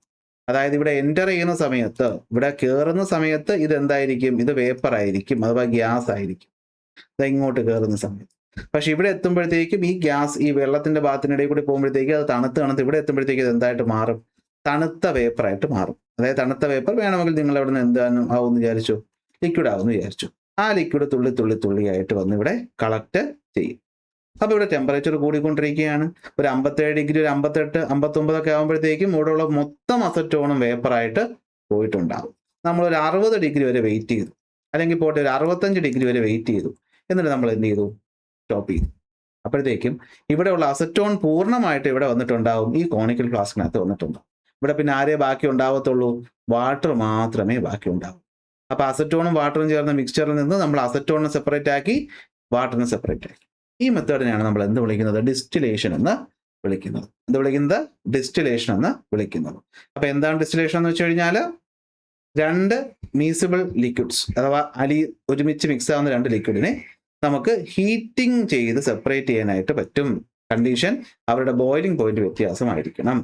എന്നിട്ട് ആ വേപ്പറിനെ നമ്മൾ വീണ്ടും തണുപ്പിച്ച് ലിക്വിഡാക്കി മാറ്റും. അതായത് ലിക്വിഡ് അതിനെ ചൂടാക്കി വേപ്പറാക്കി മാറ്റും, അതിനെ വീണ്ടും തണുപ്പിച്ച് ലിക്വിഡാക്കി മാറ്റും. ഈ ലിക്വിഡിനെയാണ് നമ്മൾ ഡിസ്റ്റിലേറ്റ് എന്ന് വിളിക്കുന്നത്. എന്തെന്ന് വിളിക്കുന്നത്? ഡിസ്റ്റിലേറ്റ് എന്ന് വിളിക്കും. ഓക്കെ, ഇവിടെ കണ്ടീഷൻ എന്താണ്? കണ്ടീഷൻ ശ്രദ്ധിക്കണം, ഇവർ തമ്മിൽ മിനിമം ഒരു 25 ഡിഗ്രിയുടെ വ്യത്യാസമെങ്കിലും ബോയിലിംഗ് പോയിന്റിൽ ഉണ്ടാവണം, എന്നാലേ ഇത് ചെയ്യാൻ പറ്റുള്ളൂ. ഓക്കെ, ഇനി ഇത് രണ്ട് ലിക്വിഡ് തന്നെ ആകണം നിർബന്ധമൊന്നുമില്ല. അലിഞ്ഞ ഒരു സോളിഡിനെയും മറ്റൊരു ലിക്വിഡിനെയും സെപ്പറേറ്റ് ചെയ്യാനും നമുക്ക് ഈ മെത്തേഡ് യൂസ് ചെയ്യാനായിട്ട് പറ്റും. അപ്പൊ എന്താ പറ്റുന്നത്? ഡ്യൂറിങ് ദ പ്രോസസ് എന്ത് സംഭവിക്കും? ലോവർ ബോയിലിംഗ് ഉള്ള ലിക്വിഡ് എന്ത് പറ്റും? പെട്ടെന്ന് വേപ്പറായിട്ട് മാറിയിട്ട് അത് കണ്ടൻസറിലൂടെ കടന്നു പോകുമ്പോൾ തണുക്കുന്ന എങ്ങനെയാണ്? വാട്ടർ സർക്കുലേഷൻ ഉള്ളത് കൊണ്ടാണ്. എന്നിട്ട് പ്യുവർ ലിക്വിഡ് നമുക്ക് സെപ്പറേറ്റ് ആയിട്ട് കളക്ട് ചെയ്യാൻ പറ്റും. ബാക്കിയുള്ള സാധനം എന്താണോ അത് ഈ പറയുന്ന ഡിസ്റ്റിലേഷൻ ഫ്ലാസ്കിനകത്ത് തന്നെ റിമൈൻ ചെയ്യും. ഈ പ്രോസസ്സിനെയാണ് നമ്മൾ എന്ത് വിളിക്കുന്നത്? നമ്മൾ ഡിസ്റ്റിലേഷൻ എന്ന് വിളിക്കും. അപ്പൊ എന്താണ് ഡിസ്റ്റിലേഷൻ? എന്താന്ന് ചോദിച്ചാൽ നിങ്ങൾ ഇങ്ങനെ പറയണം: it is a method used to separate two miscible liquid that have different boiling point. ഇതാണ് നിങ്ങൾ കാണാതെ പഠിക്കേണ്ടത്. ഓക്കെ, അടുത്ത് ഇത് വേണമെങ്കിൽ എന്ത് ചെയ്യാം? ഒരു ലിക്വിഡ് സൊല്യൂഷനിൽ നിന്ന് ലിക്വിഡിനെ സെപ്പറേറ്റ് ചെയ്യാൻ ഉപയോഗിക്കാം. ലിക്വിഡ് സൊല്യൂഷൻ ഉണ്ടായത് എങ്ങനെ? നേരത്തെ നമ്മൾ ആ ബ്ലൂ വിട്രിയോൾ കലക്കിയ പോലത്തെ ഒരു കേസ്, അവിടെയും നമുക്ക് വേണമെങ്കിൽ എന്ത് ചെയ്യാം? യൂസ് ചെയ്യാം. പക്ഷേ എന്തിനു വേണ്ടിയിട്ട് നമ്മൾ ഇവിടെ എടുക്കും? നമുക്ക് ആവശ്യം ആരെയാണ്? ആ വേപ്പറായി പോകുന്നവനാണ് ആവശ്യം. ലെഫ്റ്റ് ബിഹൈൻഡ് ചെയ്യുന്നവനല്ല ആവശ്യം, വേപ്പറായിട്ട് പോകുന്നവനാണ് ആവശ്യം എന്നൊരു മനസ്സിൽ കണക്കാക്കിയാൽ മതി. എങ്ങനെ വർക്ക് ചെയ്യുന്നത്? ആദ്യം മിക്സ്ചറെ നമ്മൾ ചൂടാക്കും. മിക്സ്ചറെ നമ്മൾ ഒരു ഫ്ലാസ്കിൽ ഹീറ്റ് ചെയ്യും. അപ്പോൾ ലോ ബോയിലിംഗ് പോയിന്റ് ഉള്ള ആൾ വേപ്പറായിട്ട് ആദ്യം പുറത്തേക്ക് പോകും. ആ വേപ്പറിനെ കണ്ടൻസർ വെച്ച് നമ്മൾ കൂളിംഗ് ചെയ്യും. അങ്ങനെ നമുക്ക് ലിക്വിഡായിട്ട് തിരിച്ച് എടുക്കാനായിട്ട് പറ്റും. അങ്ങനെയുള്ള പ്യുവർ ലിക്വിഡിനെ നമ്മൾ മറ്റൊരു ഫ്ലാസ്കിൽ, അഥവാ പ്യുവർ ലിക്വിഡിന്റെ പേരാണ് ഡിസ്റ്റിലേറ്റ്, നമ്മൾ മറ്റൊരു ഫ്ലാസ്കിൽ കളക്ട് ചെയ്ത് എടുക്കും. ഓക്കെ, ഇപ്പോഴൊക്കെ യൂസ് ചെയ്യാൻ പറ്റുന്നത് ബോയിലിംഗ് പോയിന്റിന്റെ വ്യത്യാസം മിനിമം 25 ഡിഗ്രി എങ്കിലും ഉണ്ടാകണം. സോൾവെന്റിനെയാണ് നമുക്ക് പ്രധാനമായിട്ട് ആവശ്യമുള്ളത്. ഓക്കെ, റിക്കവർ സോൾവെന്റിനെയാണ് നമുക്ക് ആവശ്യം. അപ്പോഴാണ് നമ്മൾ സാധാരണ ചെയ്യാറ്. പ്യുവർ ലിക്വിഡ് നമുക്ക് അവിടെ നിന്ന് കിട്ടും. ഇതാണ് എന്തെന്ന് പറയുന്നത്? ഡിസ്റ്റിലേഷൻ എന്ന് പറയുന്നത്. നിങ്ങൾ ഈ അത്തർ എന്ന് പറയുന്ന സാധനം പറ്റി കേട്ടിട്ടുണ്ടാവുമല്ലോ, നല്ല മണമുള്ള സാധനം. ഈ അത്തറൊക്കെ നിർമ്മിക്കാൻ വേണ്ടിയിട്ട് വളരെ പണ്ട് മുതലേ നമ്മുടെ ഇന്ത്യയിൽ ഈ മെത്തേഡുകൾ യൂസ് ചെയ്യാറുണ്ട് പെർഫ്യൂം ബിസിനസ്സിന് വേണ്ടിയിട്ട്. ഇന്നും ഈ കനൗജ് പോലെയുള്ള സ്ഥലങ്ങളിൽ ഈ ഫ്രാഗ്രൻസുകളുടെ കമ്പനികളുണ്ട്. അതായത് റോസാപ്പൂവിൽ നിന്ന്, മുല്ലപ്പൂവിൽ നിന്നൊക്കെ പ്യുവർ അത്തർ ഇവർ ഈ രീതിയിലാണ് ഉണ്ടാക്കിയെടുക്കുന്നത്. ഭയങ്കര വിലയുമാണത്. അതുപോലെ നിങ്ങൾ പെട്രോൾ എന്ന് പറയുന്ന സാധനം കണ്ടിട്ടുണ്ടാവും അല്ലേ? നമ്മുടെ പെട്രോള് നമുക്ക് വരുന്നത് റിഫൈനറികളിൽ നിന്നാണ്. കാരണം നമുക്ക് മണ്ണിൽ നിന്ന് കുഴിച്ചു കിട്ടുന്ന സാധനത്തിന് പേര് പെട്രോൾ അല്ല, അതിന്റെ പേര് ക്രൂഡ് ഓയിൽ എന്നാണ്. കറുത്ത ദുർഗന്ധമുള്ള ഒരു കട്ടിയുള്ള സാധനമാണ്. അതൊന്നും വണ്ടി ഡയറക്റ്റ് ഉപയോഗിക്കാൻ പറ്റത്തില്ല. അപ്പൊ ഈ പറയുന്ന ക്രൂഡ് ഓയിലിനെ ശുദ്ധീകരിക്കണം. ആ ശുദ്ധീകരിക്കുന്ന സ്ഥലങ്ങളെയാണ് നമ്മൾ റിഫൈനറീസ് എന്ന് വിളിക്കുന്നത്. അവിടെ ഫ്രാക്ഷണൽ ഡിസ്റ്റിലേഷൻ എന്ന് പറയുന്ന ഒരു മെത്തേഡ് നടത്തിയിട്ട് അതുവഴിയാണ് നമ്മൾ ഒറ്റ ക്രൂഡ് ഓയിലിൽ നിന്ന് petroleum gas, petrol, aviation fuel, diesel, lubricating oil, നമ്മുടെ വാസലിൻ പോലുള്ള സാധനങ്ങളൊക്കെ എന്ത് ചെയ്യുന്നത്? ഉൽപ്പാദിപ്പിച്ചെടുക്കും. സോ സെപ്പറേഷൻ മെത്തേഡിന്റെ ഇമ്പോർട്ടൻസ് എത്രത്തോളം ഉണ്ടെന്ന് നിങ്ങൾക്ക് മനസ്സിലായിട്ടുണ്ട്. ഇനി മൂന്നാമത്തെ മെത്തേഡാണ് എന്താ? Paper chromatography. പേപ്പർ ക്രോമറ്റോഗ്രാഫി എന്ന് വെച്ചാൽ നിങ്ങൾ എല്ലാവരും ലൈഫിൽ എക്സ്പീരിയൻസ് ചെയ്തിട്ടുണ്ടാവും. ഇവിടെ നിന്ന് ഞാൻ പറയട്ടെ, മഴക്കാലമൊക്കെ ആകുമ്പോൾ നിങ്ങൾ ഈ CBSE കുട്ടികൾ ചിലപ്പോൾ അധികം മഴയൊന്നും കൊണ്ട് സ്കൂളിൽ പോയിട്ടില്ലാത്തതുകൊണ്ട് നിങ്ങൾക്ക് അത്ര വശം ഉണ്ടാകത്തില്ല. ഞങ്ങളെപ്പോലെ സാധാരണ സർക്കാർ സ്കൂളിൽ പഠിച്ചവർക്കൊക്കെ ഇതൊരു ഓർമ്മയുണ്ടാവും. എന്താണെന്ന് വെച്ച് കഴിഞ്ഞാൽ നമ്മൾ ഈ നോട്ട്ബുക്കിനകത്ത് സ്കെച്ച് പെന്ന് കൊണ്ട് എന്തെങ്കിലുമൊക്കെ എഴുതി വെച്ചിട്ടുണ്ടാവും. ഈ സ്കെച്ച് പെന്ന് കൊണ്ട് എഴുതിയിട്ട് മഴക്കാലമൊക്കെ ആകുമ്പോഴത്തേക്കും ട്രാൻസ്പോർട്ട് ബസ്സിലാണ് പോകുന്നതെങ്കിലും അല്ല സൈക്കിളിലൊക്കെ പോകുന്നു നടന്നൊക്കെ ആണെങ്കിൽ എങ്ങനെ പോയാലും ബാഗ് നനയുമ്പോൾ ബുക്ക് നനയും. ആ നനഞ്ഞ ബുക്ക് നമ്മൾ പിന്നീട് എടുത്ത് നോക്കുമ്പോഴത്തേക്ക് നമ്മൾ കാണുന്നത് ഈ സ്കെച്ച് പെന്നിൽ ഉണ്ടായിരുന്ന മഷി എല്ലാ വശത്തോട്ടും ഇങ്ങനെ സ്പ്രെഡായി പടർന്നിരിക്കും. അനുഭവിച്ചിട്ടുണ്ടോ അങ്ങനെ ബുദ്ധിമുട്ടിനെ പറ്റിയിട്ട്? അങ്ങനെ ഒരു സംഭവമൊക്കെ ഉണ്ട്. നിങ്ങൾ എന്ത് ചെയ്യുക? നിങ്ങളുടെ ഒരു ബുക്കിനകത്ത് ഒരു കറുത്ത സ്കെച്ച് പെൻ ഉപയോഗിച്ചിട്ട് എന്തെങ്കിലുമൊക്കെ എഴുതുക. എന്നിട്ട് അതിനൊന്ന് നനയ്ക്കുക. അല്പസമയം വെച്ച് കഴിയുമ്പോൾ നമുക്ക് കാണാൻ പറ്റും ആ കളർ ഇങ്ങനെ സ്പ്രെഡ് ആകും. ഈ സ്പ്രെഡ് ആകി കിട്ടുന്ന മെത്തേഡ് ഇതാണ് എന്തിന്റെ അടിസ്ഥാനം എന്ന് പറയുന്നത്? പേപ്പർ ക്രോമറ്റോഗ്രാഫിയുടെ അടിസ്ഥാനം എന്ന് പറയും. ഇതാണ് എന്തെന്ന് പറയുന്നത്? പേപ്പർ ക്രോമറ്റോഗ്രാഫി മെത്തേഡിന്റെ അടിസ്ഥാനം എന്ന് പറയുന്നത്. ഓക്കെ, അതായത് കളറുകൾ സ്പ്രെഡ് ആകുന്ന അവസ്ഥ. അപ്പൊ ഇത് എന്തിനു ഉപയോഗിക്കാം? ഇത് വെച്ചിട്ട് നമുക്ക് പിഗ്മെന്റുകളെ സെപ്പറേറ്റ് ചെയ്യാൻ പറ്റും. ആരെ സെപ്പറേറ്റ് ചെയ്യാൻ പറ്റും? പിഗ്മെന്റുകൾ. എക്സാമ്പിൾ നോക്കാം. ഒരു ക്രോമറ്റോഗ്രാഫിക് പേപ്പർ എടുക്കും, അതിലൊരു വര വരയ്ക്കും, അതിൽ കറുത്ത മഷി കൊണ്ട് ചെറിയൊരു കുത്തിടുക. എന്നിട്ട് ഈ പേപ്പറിനെ ഒരു ഗ്ലാസ്സിനകത്തോട്ട് വെച്ചിട്ട് താഴ്വശത്ത്, അതായത് ഈ പേപ്പറിന്റെ താഴ്ഭാഗത്ത് മാത്രം ഒന്ന് വെള്ളമാവുന്ന രീതിയിൽ അല്പം വെള്ളം ഫില്ല് ചെയ്തിട്ട് ഇങ്ങനെ വെയിറ്റ് ചെയ്യും. അപ്പൊ എന്താ പറ്റുന്നതെന്ന് വെച്ചാൽ വെള്ളം ഈ പറയുന്ന സ്ഥലത്ത് നിന്ന് മുകളിലേക്ക് ഇങ്ങനെ സ്പ്രെഡായിട്ട് പോകും. നമ്മളതിൻ്റെ ക്യാപ്പിലാരിറ്റി എന്നാണ് വിളിക്കുന്നത്. ഇതാണ് ക്യാപ്പിലാരിറ്റി. നമ്മളൊരു സ്പോഞ്ച് വയ്ക്കുമ്പോൾ സ്പോഞ്ചിൽ കൂടി വെള്ളം കയറി വരത്തില്ലേ? തുണിയിൽ ഒരു സൈഡിൽ വെള്ളം വെച്ചിട്ട് തുണി വെച്ച് കഴിഞ്ഞാൽ തുണിയിലൂടെ വെള്ളം ഇങ്ങനെ കയറി വരത്തില്ലേ? നമ്മൾ ഈ വിളക്ക് കത്തിക്കുന്ന തിരിയിൽ വയ്ക്കുമ്പോഴത്തേക്കും ആ തിരിയിലൂടെ എണ്ണ കയറി വരത്തില്ലേ? ചെടിയുടെ റൂട്ടിൽ നിന്നും ഇലയിലോട്ട് വെള്ളം കയറി പോകുന്നതൊക്കെ എന്താണ്? ക്യാപ്പിലാരിറ്റിയാണ്. ഈ ക്യാപ്പിലാരിറ്റിയുടെ ഫലമായിട്ട് വെള്ളം കയറി പോകും. നമ്മുടെ വിഷയം അതല്ല. ഈ കയറിപ്പോകുന്ന വെള്ളത്തിന് നമുക്കിവിടെ തൽക്കാലം സോൾവെന്റ് ആയിട്ട് കണക്കാക്കാം. ഈ സോൾവെന്റ് ഇതുവഴി പോകുമ്പോഴത്തേക്കും അത് ഈ മഷിയെ അലിയിച്ചിട്ട് പല പല പിഗ്മെന്റുകൾ പല രീതിയിലായിരിക്കും ഈ സോൾവെന്റുമായിട്ട് റിയാക്ട് ചെയ്യുന്നത്. ചില നിറങ്ങൾ നന്നായിട്ട് റിയാക്ട് ചെയ്യും, നന്നായിട്ട് അലിയും. അപ്പൊ അതിനെ കൊണ്ട് കുറേ ദൂരം പോകാനായിട്ട് പറ്റും വെള്ളത്തിന്. ചിലത് അല്പ ദൂരമേ പോകത്തുള്ളൂ. അപ്പൊ എന്ത് പറ്റും? പല നിറങ്ങൾ ഇങ്ങനെ സ്പ്രെഡ് ആയിട്ട് പോകുന്നതായിട്ട് നമുക്ക് കാണാനായിട്ട് പറ്റും. ഇതാണ് പേപ്പർ ക്രൊമറ്റോഗ്രഫി എന്ന് പറയുന്നത്. അപ്പൊ എന്താണ് പേപ്പർ ക്രൊമറ്റോഗ്രഫി എന്ന് വെച്ചാൽ ഇവിടെ എന്താണ് ക്രൊമറ്റോഗ്രഫി എന്ന് വെച്ചാൽ ഒരു സെപ്പറേഷൻ മെത്തേഡാണ്. എങ്ങനെ? അതിൽ നിന്ന് നമ്മൾ സെപ്പറേറ്റ് ചെയ്യാൻ വേണ്ടിയിട്ട് ഉപയോഗിക്കുന്നു. എന്താ അതിന്റെ ബേസിക് പ്രിൻസിപ്പിൾ എന്ന് വെച്ചാൽ differences in the interaction of the component with the solvent. സോൾവെന്റുമായിട്ട് ഈ നിറത്തിന്റെ കമ്പോണന്റുകൾ ഇന്ററാക്ട് ചെയ്യുന്നത് പല രീതിയിലാണ്. എല്ലാവരും ഒരുപോലെ അല്ല. ആ പല രീതികൾ വെച്ചിട്ടാണ് നമ്മൾ എന്ത് ചെയ്യുന്നത്? ഇവരെ സെപ്പറേറ്റ് ചെയ്യുന്നത്. ചിലർ നന്നായിട്ട് അലിയും, അവർ കുറെ ദൂരം പോകും. അല്പം മാത്രം അലിയുന്നവർ അധിക ദൂരം പോകത്തില്ല. ഇതാണ് എന്തെന്ന് പറയുന്നത്? ഇതിന്റെ അടിസ്ഥാനം എന്ന് പറയുന്നത്. അപ്പൊ എന്താണ് പേപ്പർ ക്രൊമറ്റോഗ്രഫി? ഇത് അസറ്റോണിന്റെ എക്സ്പെരിമെന്റിന്റെ നോട്ടാണ്, നോക്കിയാൽ മതി. എന്താ പേപ്പർ ക്രൊമറ്റോഗ്രഫി? പേപ്പർ ക്രൊമറ്റോഗ്രഫി എന്ന് വെച്ചാൽ എന്താണ്? അതൊരു സെപ്പറേഷൻ ടെക്നിക്കാണ്. എന്ത് യൂസ് ചെയ്യും? ഡിഫറൻറ്റ് കമ്പോണന്റുകൾ സോൾവെന്റുമായിട്ട് മിക്സ് ചെയ്യുന്ന ഡിഫറൻസ് വെച്ചിട്ടാണ് എന്ത് ചെയ്യുന്നത്? ഇത് വർക്ക് ചെയ്യുന്നത്. എങ്ങനെയാണ് പ്രവർത്തിക്കുന്നത്?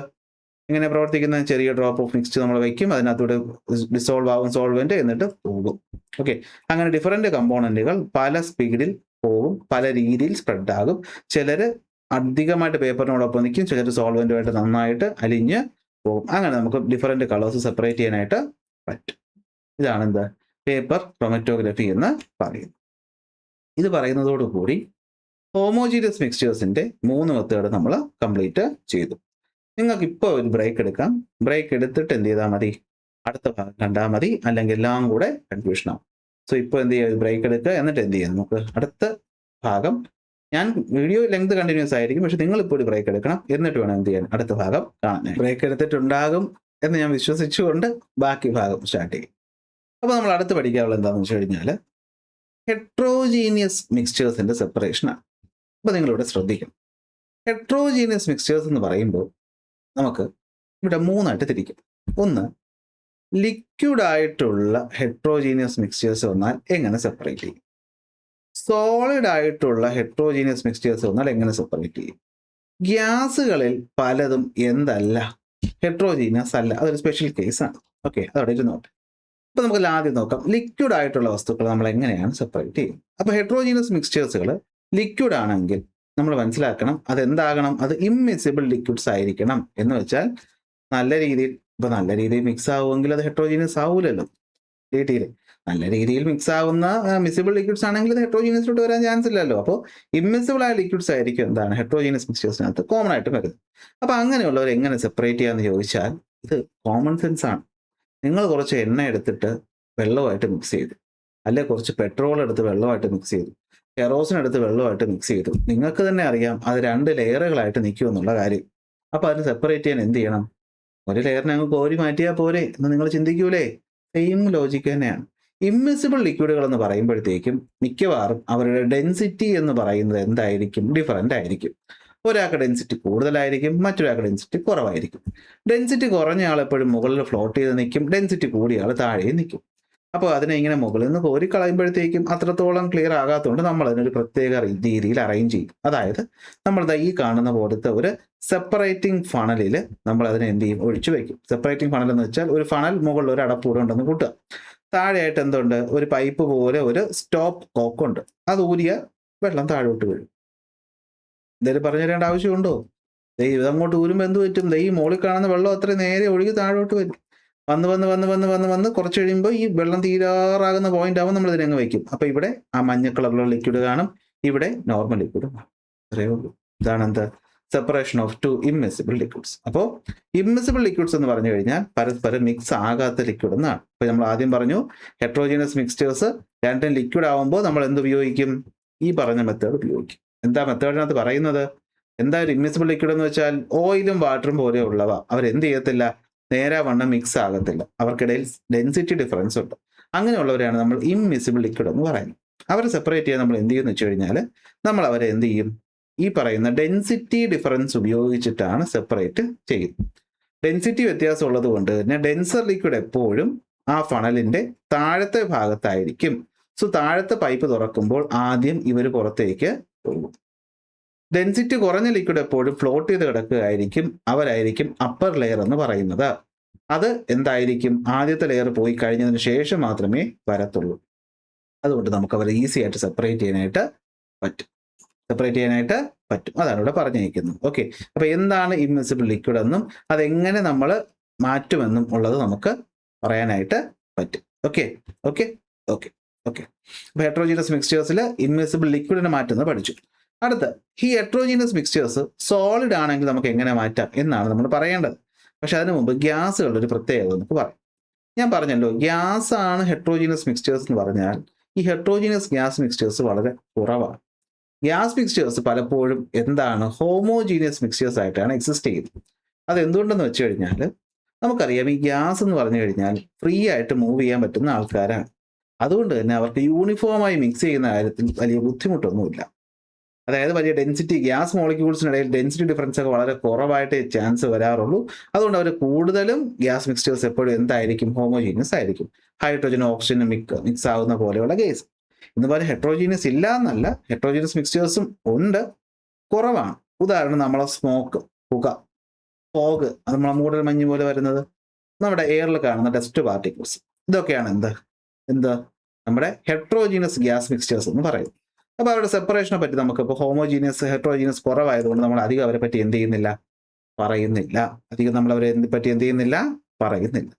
അപ്പൊ ലിക്വിഡിന്റെ, ഗ്യാസിന്റെ കാര്യം നമ്മളിവിടെ പറഞ്ഞങ്ങ് തീർക്കുകയാണ്.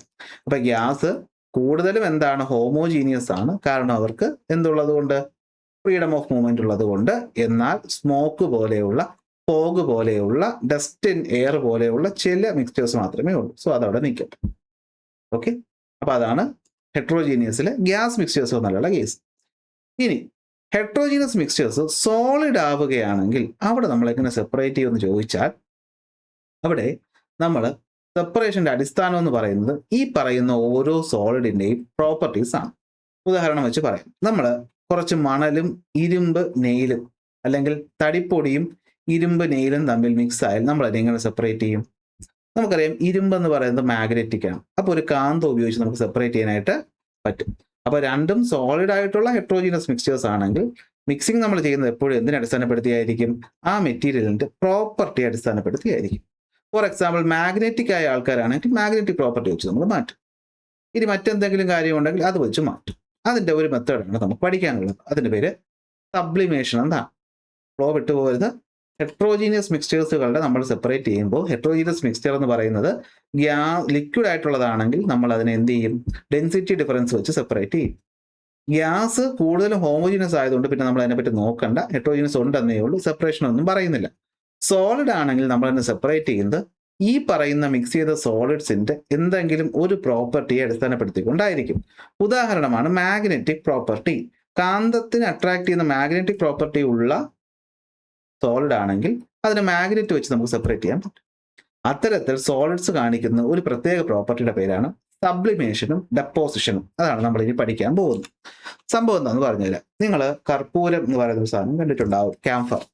അല്ലെങ്കിൽ നിങ്ങൾ ഈ പാറ്റ ഗുളിക എന്ന് പറയുന്ന നാഫ്തലിൻ ടാബ്ലറ്റ് കണ്ടിട്ടുണ്ടാവും. ഇത് നമ്മൾ എവിടെയെങ്കിലും ഒരിടത്ത് ഇങ്ങനെ ഓപ്പൺ ആക്കി വെച്ചേക്കുകയാണെങ്കിൽ കുറച്ച് ദിവസം കഴിയുമ്പോൾ അത് അവിടുന്ന് മാഞ്ഞു പോകുന്നതായിട്ട് നമുക്ക് കാണാൻ പറ്റും.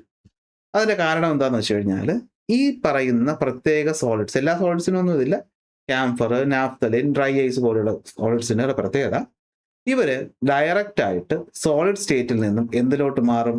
ഗ്യാസ് ആയിട്ട് മാറും. ഡയറക്റ്റ് ആയിട്ട് സോളിഡിൽ നിന്ന് ഇവർ എന്തായിട്ട് മാറും? ഗ്യാസ് ആയിട്ട് മാറും. ഇങ്ങനെ മാറുന്ന പ്രോസസ്സിനെയാണ് നമ്മൾ എന്ത് വിളിക്കുന്നത്? സബ്ലിമേഷൻ എന്ന് വിളിക്കുന്നത്. സബ്ലിമേഷൻ എന്ന് വിളിക്കുന്നു. മാത്രമല്ല, ഈ ഗ്യാസുകൾ സാഹചര്യം കിട്ടിക്കഴിഞ്ഞാൽ ഡയറക്റ്റ് ആയിട്ട് എന്തായിട്ട് മാറും? സോളിഡ് ആയിട്ട് മാറുകയും ചെയ്യും. ഈ പ്രോസസ്സിനെയാണ് നമ്മൾ ഡെപ്പോസിഷൻ എന്ന് വിളിക്കുന്നത്. അപ്പോൾ ചില സോളിഡ്സിന് സബ്ലിമേഷൻ, ഡെപ്പോസിഷൻ പ്രോപ്പർട്ടി ഉണ്ടെങ്കിൽ അത്തരം സോളിഡ്സിന് നമുക്ക് സബ്ലിമേഷൻ മെത്തേഡ് വഴി മാറ്റാനായിട്ട് പറ്റും. സംഭവം ഇത്രയേ ഉള്ളൂ. കുറച്ച് പൊടിച്ച കർപ്പൂരവും കുറച്ച് മണലും കൂടെ നിങ്ങൾ മിക്സ് ചെയ്ത് നിങ്ങളെ തന്നിട്ട് സെപ്പറേറ്റ് ചെയ്യാൻ പറഞ്ഞാൽ നിങ്ങൾ നോക്കും ആരാണ് മണൽ, ആരാണ് കർപ്പൂരം. അപ്പോൾ കർപ്പൂരം എന്ന് പറയുമ്പോൾ നമുക്കറിയാം കർപ്പൂരത്തിന് സബ്ലിമേഷൻ പ്രോപ്പർട്ടി ഉണ്ടല്ലോ, ഉണ്ട്. എന്നാൽ പിന്നെ നമുക്ക് അതങ്ങ് ചെയ്യാം. എന്ത് ചെയ്യും? നമ്മളൊരു ചൈന ഡിഷ് എടുക്കും, അതിൽ ക്യാംഫറും സാൻഡും ഇട്ടിട്ട് നമ്മൾ അതിനെ ചൂടാക്കും. സോ ബൈ ഹീറ്റിംഗ് എന്ത് പറ്റും? This camphor directly convert into gas. Camphor gas ആയിട്ട് മാറും. ആ പ്രോസസ്സിന് വിളിക്കുന്ന പേരാണെന്ത്? സബ്ലിമേഷൻ. അങ്ങനെ ഗ്യാസ് ആയിട്ടത് ഈ ഫണലിനകത്ത് വന്ന് ഇങ്ങനെ നിറഞ്ഞ് നിൽക്കും. അപ്പോൾ ഫണലിനകത്ത് നിറഞ്ഞ് നിൽക്കുമ്പോഴത്തേക്കും തീ കത്തിക്കുന്ന അണയ്ക്കുമ്പോഴത്തേക്കും ടെമ്പറേച്ചർ കുറയുമല്ലോ. കുറയുമ്പോൾ തിരിച്ച് ഈ പറഞ്ഞ വേപ്പർ എന്തായിട്ട് മാറും? സോളിഡ് ആയിട്ട് മാറും. അങ്ങനെ സോളിഡ് ആയിട്ട് മാറി അത് ഈ ഫണലിനകത്ത് ക്രിസ്റ്റൽസ് ആയിട്ട് ഇങ്ങനെ പിടിച്ച് കിടക്കും. അപ്പോൾ മണൽ മാത്രം ബാക്കി താഴെ ഉണ്ടാവും, ഉള്ള കർപ്പൂരം മൊത്തം മുകളിൽ ഫണലിനകത്ത് ഉണ്ടാവും. സോ നമുക്ക് എന്ത് ചെയ്യാൻ പറ്റും? സെപ്പറേറ്റ് ചെയ്യാനായിട്ട് പറ്റും. അപ്പോൾ സോളിഡിന്റെ പ്രോപ്പർട്ടിയായ സബ്ലിമേഷൻ ഡെപ്പോസിഷൻ ഉപയോഗിച്ച് നമുക്ക് സോളിഡായ വസ്തുക്കളെ സെപ്പറേറ്റ് ചെയ്യാനായിട്ട് പറ്റും. അപ്പോൾ സബ്ലിമേഷൻ എന്ന് വെച്ചാൽ എന്താണ്? സോളിഡ് ഡയറക്റ്റായി വേപ്പറായി മാറുന്നതിനാണ് സബ്ലിമേഷൻ എന്ന് പറയുന്നത്. ഓക്കെ ഓക്കെ അത് ലിക്വിഡായിട്ട് മാറാതെ ഡയറക്റ്റ് ആയിട്ട് മാറും. വെള്ളമാണെങ്കിൽ പൈസ് ലിക്വിഡ് ആവും, ലിക്വിഡേ വേപ്പർ ആവുള്ളൂ.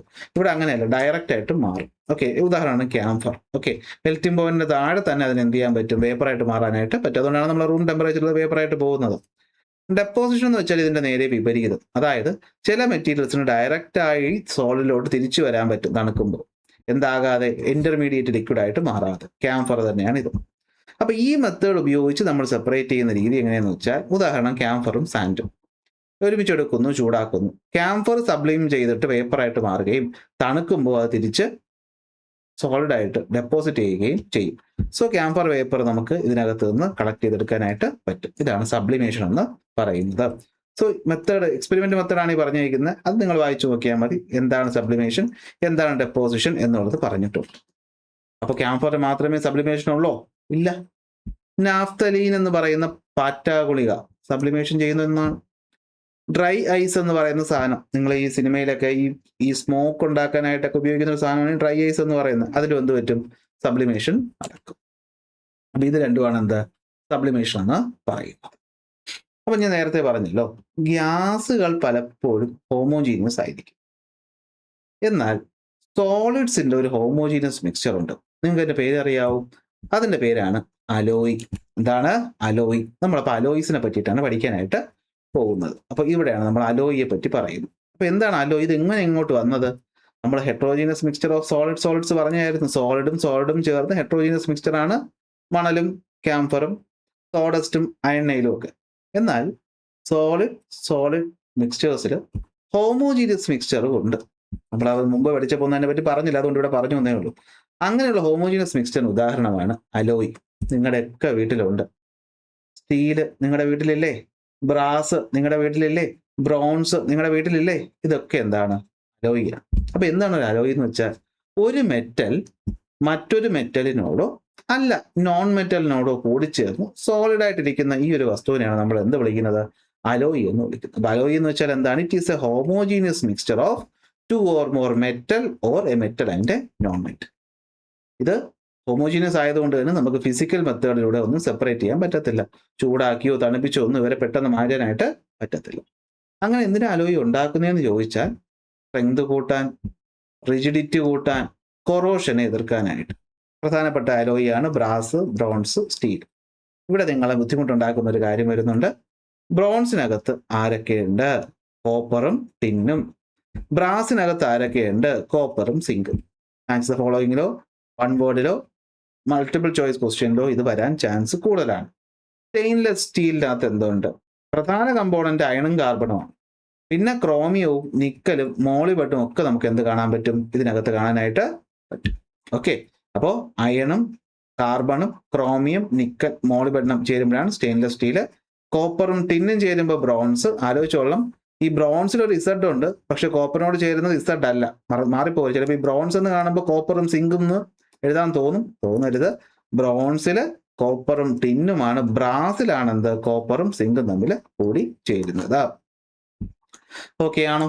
അപ്പൊ അതാണ് ഇവിടെ പറഞ്ഞേക്കുന്നത്. ഇത് ഞാൻ പോയിന്റ് ആക്കി തന്നേ ഉള്ളൂ. അല്ലെ ഇത് പിന്നെ ഒറ്റ അടിക്കുന്ന വായിക്കുമ്പോൾ ബോറടിക്കും, ഒന്നുമില്ല, സിമ്പിൾ ആക്കി ഞാൻ തന്നിട്ടുണ്ട്. അപ്പൊ ഇതുകൂടെ പറഞ്ഞു കഴിയുമ്പോൾ നമ്മുടെ ഹെട്രോജീനസ് മിക്സ്ചേഴ്സും തീർന്നു. അപ്പൊ ഇനി ഞാൻ പറഞ്ഞ എന്താണ്? ഹെട്രോജീനസ് മിക്സ്ചേഴ്സിലെ 2 കാറ്റഗറി ഉണ്ട്, സസ്പെൻഷനും കൊളോയിഡും. അതിൽ സസ്പെൻഷനെ പറ്റിയാണ് പറയാൻ പോകുന്നത്. പക്ഷേ ഞാൻ ഓൾറെഡി ആദ്യത്തെ ക്ലാസ്സിൽ സസ്പെൻഷൻ വളരെ വിശദമായി നിങ്ങൾക്ക് മൂന്നിൻ്റെയും ഡിഫറൻസ് വെച്ച് പറഞ്ഞു തന്നതാണ്. ഓർക്കുന്നുണ്ടോ? അപ്പം അതുകൊണ്ട് നമുക്കിവിടെ വളരെ സിമ്പിളായിട്ട് പഠിക്കാൻ പറ്റും. സസ്പെൻഷൻ എന്ന് വെച്ചാൽ എന്താ? നമ്മൾ രണ്ട് സംഭവങ്ങൾ മിക്സ് ചെയ്യുമ്പോഴത്തേക്കും അത് ഡിസോൾവ് ആയാൽ ഹോമോജീനിയസ്, സെപ്പറേറ്റ് ആയിട്ട് നിന്ന് ഹെട്രോജീനിയസ്. സെപ്പറേറ്റ് ആയിട്ട് നിൽക്കുമെന്ന് മാത്രമല്ല, ഒട്ടും തന്നെ ഡിസോൾവ് ആകാതെ നിൽക്കുകയാണെങ്കിൽ അതിനെയാണ് നമ്മൾ എന്ത് വിളിക്കുന്നത്? സസ്പെൻഷൻ എന്ന് പറയും. നിങ്ങളൊരു ഗ്ലാസ് എടുത്തിട്ട് അതിൽ കുറച്ച് തേയിലപ്പൊടി ഇട്ടിട്ട് ഒന്ന് മിക്സ് ചെയ്ത് നോക്കി, അല്ലെങ്കിൽ നിങ്ങളൊരു ഗ്ലാസ് എടുത്തിട്ട് അതിൽ കുറച്ച് സാൻഡ് ഇട്ടിട്ട് മിക്സ് ചെയ്ത് നോക്കി, നിങ്ങൾ എത്ര മിക്സ് ചെയ്താലും അത് അങ്ങനെ തന്നെ കിടക്കും. അതാണ് സസ്പെൻഷൻ എന്ന് പറയുന്നത്. സാൻഡ് ഇൻ വാട്ടർ ആണ് പ്രത്യേകത. ഇവിടെ പാർട്ടിക്കിൾസ് ഒക്കെ വളരെ വലുതായിരിക്കും, നമുക്ക് കണ്ണുകൊണ്ട് തന്നെ പാർട്ടിക്കിൾസ് കാണാൻ പറ്റും. അത് ഹെട്രോജീനസ് ആയിരിക്കും. അതൊരു കാരണവശാലും ഡിസോൾവ് ചെയ്യാത്തവരെയാണ് നമ്മൾ സസ്പെൻഷൻ എന്ന് പറയുന്നത്. നമ്മൾ എന്തെന്ന് പറയുന്നത്? സസ്പെൻഷൻസ് എന്ന് പറയുന്നത്. സസ്പെൻഷൻസ് എന്ന് പറയുന്നത്. അപ്പൊ ഇവരെ സെപ്പറേറ്റ് ചെയ്യാനായിട്ട് നമുക്ക് ചില മെത്തേഡുകളുണ്ട്. 2 മെത്തേഡാണ് പഠിക്കാനായിട്ട് ഉള്ളത്. അപ്പൊ സസ്പെൻഷൻ എന്ന് വെച്ചാൽ എന്താണ്? നോൺ യൂണിഫോം ആയിട്ട് നമുക്ക് കാണാൻ പറ്റുന്ന ഹെട്രോജീനസ് മിക്സ്ചേഴ്സിനെയാണ് നമ്മൾ സസ്പെൻഷൻ എന്ന് വിളിക്കുന്നത്. സസ്പെൻഷനിൽ പാർട്ടിക്കിൾ എപ്പോഴും അൺഡിസോൾവ് ആയിരിക്കും, ലാർജ് ആയിരിക്കും, നമുക്ക് കണ്ണുകൊണ്ട് തന്നെ കാണാനായിട്ട് പറ്റും. ഓക്കെ, വെള്ളത്തിൽ സോഡസ്റ്റ് കലക്കൂ അല്ലെങ്കിൽ ടീ ലീവ്സ് കലക്കൂ, ഇതൊക്കെ എന്താണ് ഈ പറയുന്ന സംഭവം. ഇത് സസ്പെൻഷനാണ്. അപ്പൊ സസ്പെൻഷൻ എങ്ങനെ നമുക്ക് സെപ്പറേറ്റ് ചെയ്യാം? എളുപ്പമല്ലേ? സസ്പെൻഷൻ സെപ്പറേറ്റ് ചെയ്യാനുള്ള ഏറ്റവും എളുപ്പമുള്ള വഴിയാണ് എന്തെന്ന് പറഞ്ഞത്? ഫിൽറ്ററേഷൻ. എന്താണ്? ഫിൽറ്ററേഷൻ. മഡിനെ വെള്ളത്തിൽ നിന്ന് സെപ്പറേറ്റ് ചെയ്യാൻ നമുക്ക് ഉപയോഗിക്കേണ്ട ഏറ്റവും നല്ല മെത്തേഡ് എന്താണ്? ഫിൽറ്റർ പേപ്പർ വെച്ച് സെപ്പറേറ്റ് ചെയ്യുക എന്നുള്ളതാണ്. പക്ഷെ അവിടെ ഒരു ചെറിയ പ്രശ്നമുണ്ട്. ഈ മഡി വാട്ടർ അല്ലെ, നമ്മൾ മഡിനെ ക്ലിയർ ചെയ്ത് കഴിഞ്ഞാൽ, മഡിനെ അല്ലെങ്കിൽ ചെളി നമ്മൾ വെള്ളത്തിൽ കലക്കിയിട്ട് നമ്മൾ എത്ര ഫിൽറ്റർ പേപ്പർ ആക്കിയാലും ആ വെള്ളത്തിൽ ആ ഒരു ബ്രൗൺ നിറം അങ്ങ് പോകത്തില്ല. പോവോ? ഇല്ല. കാരണം അവിടെ അത് എന്തായിട്ട് മാറി തുടങ്ങിയിട്ടുണ്ട്? കൊളോയിഡ് ആയിട്ട് മാറി തുടങ്ങിയിട്ടുണ്ട്. സസ്പെൻഷനും കൊളോയിഡും ഓർക്കുന്നുണ്ടല്ലോ അല്ലേ? സസ്പെൻഷൻ എന്ന് പറയുമ്പോൾ പാർട്ടിക്കിൾ വലുതായിരിക്കും, അലിയത്തില്ല. എന്നാൽ ചെറിയ പാർട്ടിക്കിൾസ് അലിഞ്ഞതുപോലെ തോന്നിക്കുന്ന രീതിയിൽ സോൾവെന്റ് കിടക്കുകയാണെങ്കിൽ അതിനെയാണ് നമ്മൾ കൊളോയിഡ് എന്ന് വിളിക്കുന്നത്. അപ്പൊ കൊളോയിഡിലോട്ടൊക്കെ വരുമ്പോഴത്തേക്കും നമുക്ക് അവർ എന്ത് ചെയ്യണം? സെപ്പറേറ്റ് ചെയ്യണം. അപ്പൊ അങ്ങനെ സെപ്പറേറ്റ് ചെയ്യാന്ന് പറഞ്ഞു കഴിഞ്ഞാൽ അത് ഇച്ചിരി പണിയുണ്ട്. സോ നമ്മൾ കൊളോയിഡുകൾ അല്ലെങ്കിൽ ഇങ്ങനെ സസ്പെൻഷൻ തന്നെ അങ്ങ് വല്ലാണ്ട് ഫിക്സായി പോയി കഴിഞ്ഞാൽ അവരെ സെപ്പറേറ്റ് ചെയ്യാൻ നമുക്ക് 2 പുതിയ മെത്തേഡ് പഠിക്കണം. പേടിക്കേണ്ട, അത് കൂടെ പറഞ്ഞാൽ തീർന്നു. ഒന്ന് സെൻട്രിഫ്യൂഗേഷൻ. ഭയങ്കര എളുപ്പമാണ്, മറ്റതുപോലെ ഒന്നുമില്ല, സിമ്പിൾ സാധനമാണ്. മറ്റൊന്ന് കൊയാഗുലേഷൻ. എന്നിങ്ങനെ 2 മെത്തേഡാണ് ഉള്ളത്. ഓക്കെ, അപ്പോൾ നമുക്ക് ഈ പറയുന്ന സസ്പെൻഷനെ മാറ്റാനായിട്ടുള്ള 2 മെത്തേഡിൽ ഒന്നാണെന്ന് പറഞ്ഞത്. ഒന്ന് സെൻട്രിഫ്യൂഗേഷൻ. എന്താണ്? സെൻട്രിഫ്യൂഗേഷൻ. മറ്റൊന്ന് എന്താണ്? കൊയാഗുലേഷൻ. അപ്പൊ ആദ്യം സെൻട്രിഫ്യൂഗേഷൻ നോക്കാം. എന്താ സെൻട്രിഫ്യൂഗേഷൻ? നിങ്ങൾ പണ്ട് കുട്ടിക്കാലത്ത് ഇത് ഇങ്ങനെ കൈപിടിച്ച് കളിച്ചിട്ടുണ്ടോ? വട്ടത്തിൽ ഇങ്ങനെ നിങ്ങൾ വട്ടത്തിൽ കൈപിടിച്ച് കളിച്ചിട്ടുണ്ടെങ്കിൽ നിങ്ങൾക്കറിയാം, ഇപ്പൊ പിള്ളേരുടെ മുടി പോകുന്ന നോക്കി ഇങ്ങോട്ട് അല്ലേ? എന്തുകൊണ്ടാണ് ഈ മുടി ഇങ്ങോട്ട് പോയത്? നമ്മൾ സാധാരണ നിൽക്കുമ്പോൾ താഴോട്ടില്ല നിൽക്കാറ്. എന്തുകൊണ്ടാണ് പോയെ? നമ്മളിങ്ങനെ വട്ടത്തിൽ കറങ്ങുമ്പോൾ നമ്മുടെ അകത്ത് നിന്ന് പുറത്തേക്കൊരു ഫോഴ്സ് ഇങ്ങനെ വലിക്കുന്നതായി നമുക്ക് തോന്നൂലേ? തോന്നും. ഈ ഫോഴ്സിനെയാണ് സെൻട്രിഫ്യൂഗൽ ഫോഴ്സ് എന്ന് വിളിക്കുന്നത്. എന്താന്ന് വിളിക്കുന്നത്? സെൻട്രിഫ്യൂഗൽ ഫോഴ്സ് എന്ന് വിളിക്കുന്നത്. അപ്പോൾ ഒരു ഒബ്ജക്റ്റ് ഇങ്ങനെ സർക്കുലർ മോഷനിൽ മൂവ് ചെയ്യുമ്പോൾ ആ പാർട്ടിക്കിൾസിന് ദൂരേക്ക് അല്ലെ, നടുക്കുന്ന പുറത്തേക്ക് ഒരു ഫോഴ്സ് ആക്ട് ചെയ്യും. ആ ഫോഴ്സിനെയാണ് നമ്മൾ എന്ത് വിളിക്കുന്നത്? സെൻട്രിഫ്യൂഗൽ ഫോഴ്സ് എന്ന് വിളിക്കുന്നത്. അപ്പൊ സെൻട്രിഫ്യൂഗൽ ഫോഴ്സിന്റെ സഹായത്തോടു കൂടി മിക്സ്ചറുകളെ സെപ്പറേറ്റ് ചെയ്യുന്ന മെത്തേഡിനെയാണ് നമ്മൾ സെൻട്രിഫ്യൂഗേഷൻ എന്ന് പറയും. എന്താണ് centrifugation? The process of separation of components of a mixture by spinning it at high speed. അതിന് ഹൈ സ്പീഡിൽ കറക്കി സെൻട്രിഫ്യൂഗൽ ഫോഴ്സ് യൂസ് ചെയ്ത് നമ്മൾ ഡെൻസിറ്റി ഡിഫറൻസും കൂടെ കണക്കിലെടുത്തുകൊണ്ട് സെപ്പറേറ്റ് ചെയ്യുന്ന പ്രോസസ്സിനെയാണ് നമ്മൾ എന്ത് വിളിക്കുന്നത്? സെൻട്രിഫ്യൂഗേഷൻ എന്ന് വിളിക്കുന്നത്. ചെയ്യാൻ ഭയങ്കര പാടാണ്. നിങ്ങൾ വീട്ടിൽ ചെയ്യാനൊന്നും പറ്റത്തില്ല. വീട്ടിൽ നമ്മൾ ചെയ്യും. എവിടെയെന്ന് വെച്ച് കഴിഞ്ഞാൽ നമ്മൾ ഈ തൈര് കടയുക എന്ന് പറയുന്ന ഒരു മെത്തേഡില്, തൈര് കടയുക, കടയുമ്പോഴത്തേക്കാണ് നമുക്ക് വെണ്ണ കിട്ടുന്നത്. അതിനകത്ത് നമ്മൾ സെൻട്രിഫ്യൂഗൽ മെത്തേഡാണ് യൂസ് ചെയ്യുന്നത്. ഇപ്പൊ നിങ്ങളുടെ വീട്ടിലൊന്നും ഉപയോഗിക്കാറില്ല. പോട്ടെ, ഗ്രൈൻഡർ ഉണ്ടോ വീട്ടില്? അല്ല, മിക്സി ഉണ്ടോ വീട്ടില്? ഇതൊക്കെ അരയ്ക്കുന്ന സമയത്തെ ഈ സാധനങ്ങളൊക്കെ അതിന്റെ സൈഡ് വാൾസിലോട്ട് ഇങ്ങനെ ചേർന്നല്ലേ നിൽക്കുന്നത്. That is centrifugal force. അപ്പൊ സെൻട്രിഫ്യൂഗൽ ഫോഴ്സ് വഴി എങ്ങനെ സെപ്പറേറ്റ് ചെയ്യാന്ന് ചോദിച്ചാൽ എളുപ്പമാണ്. എളുപ്പമൊന്നുമല്ല. ഇതുപോലത്തെ മെഷീൻസ് ഉണ്ടാവും, സെൻട്രിഫ്യൂഗൽ മെഷീൻസ് ഉണ്ടാവും.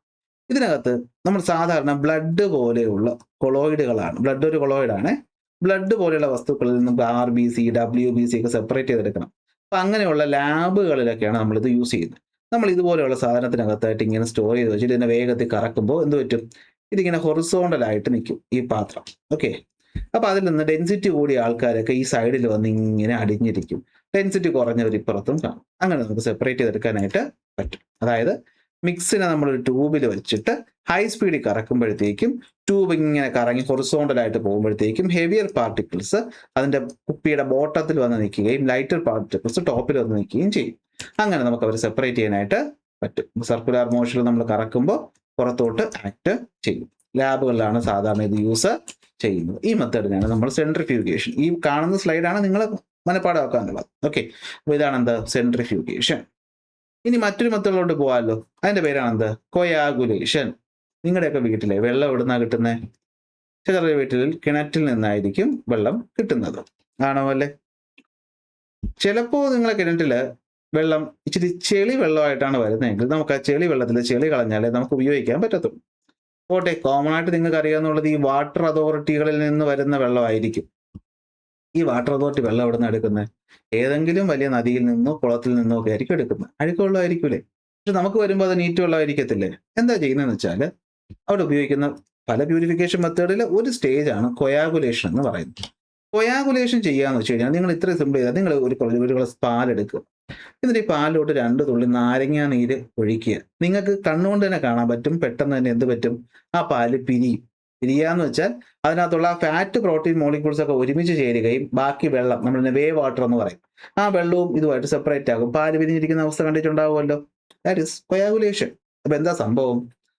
നമ്മൾ നന്നായി സസ്പെൻഡ് ചെയ്ത് കിടക്കുന്ന പാർട്ടിക്കിൾസിനെ ഒരു കട്ടയാക്കി മാറ്റും, ക്ലംബാക്കി മാറ്റും. ക്ലം ടുഗദർ, കട്ടയാക്കി മാറ്റുന്ന പ്രോസസ്സ്. ഇതിനാണ് കൊയാഗുലേഷൻ എന്ന് പറയുന്നത്. അപ്പൊ എന്താണ്? The process where fine suspended particles clump together. നന്നായി മിക്സ് ആയിരിക്കുന്നത് ഇവിടെ നോക്കിയാൽ നല്ല ഒന്നാന്തര ചെളിവെള്ളം. ഇതിലേക്ക് നമ്മൾ കുറച്ച് ആലം എന്ന് പറയുന്ന സാധനം, അതൊരു കൊയാഗുലൻ്റ് ആണ്. ആലമിട്ട് അല്പം കഴിയുമ്പോഴത്തേക്കും ഈ ചെളി മൊത്തം കൂടിച്ചേർന്ന് വെയിറ്റ് കൊണ്ട് താഴെ വന്ന് അടിയുകയും വെള്ളം ശുദ്ധമായിട്ട് പുറത്തിരിക്കുകയും ചെയ്യും. This is coagulation. അപ്പൊ എന്താ ചെയ്യുന്നത്?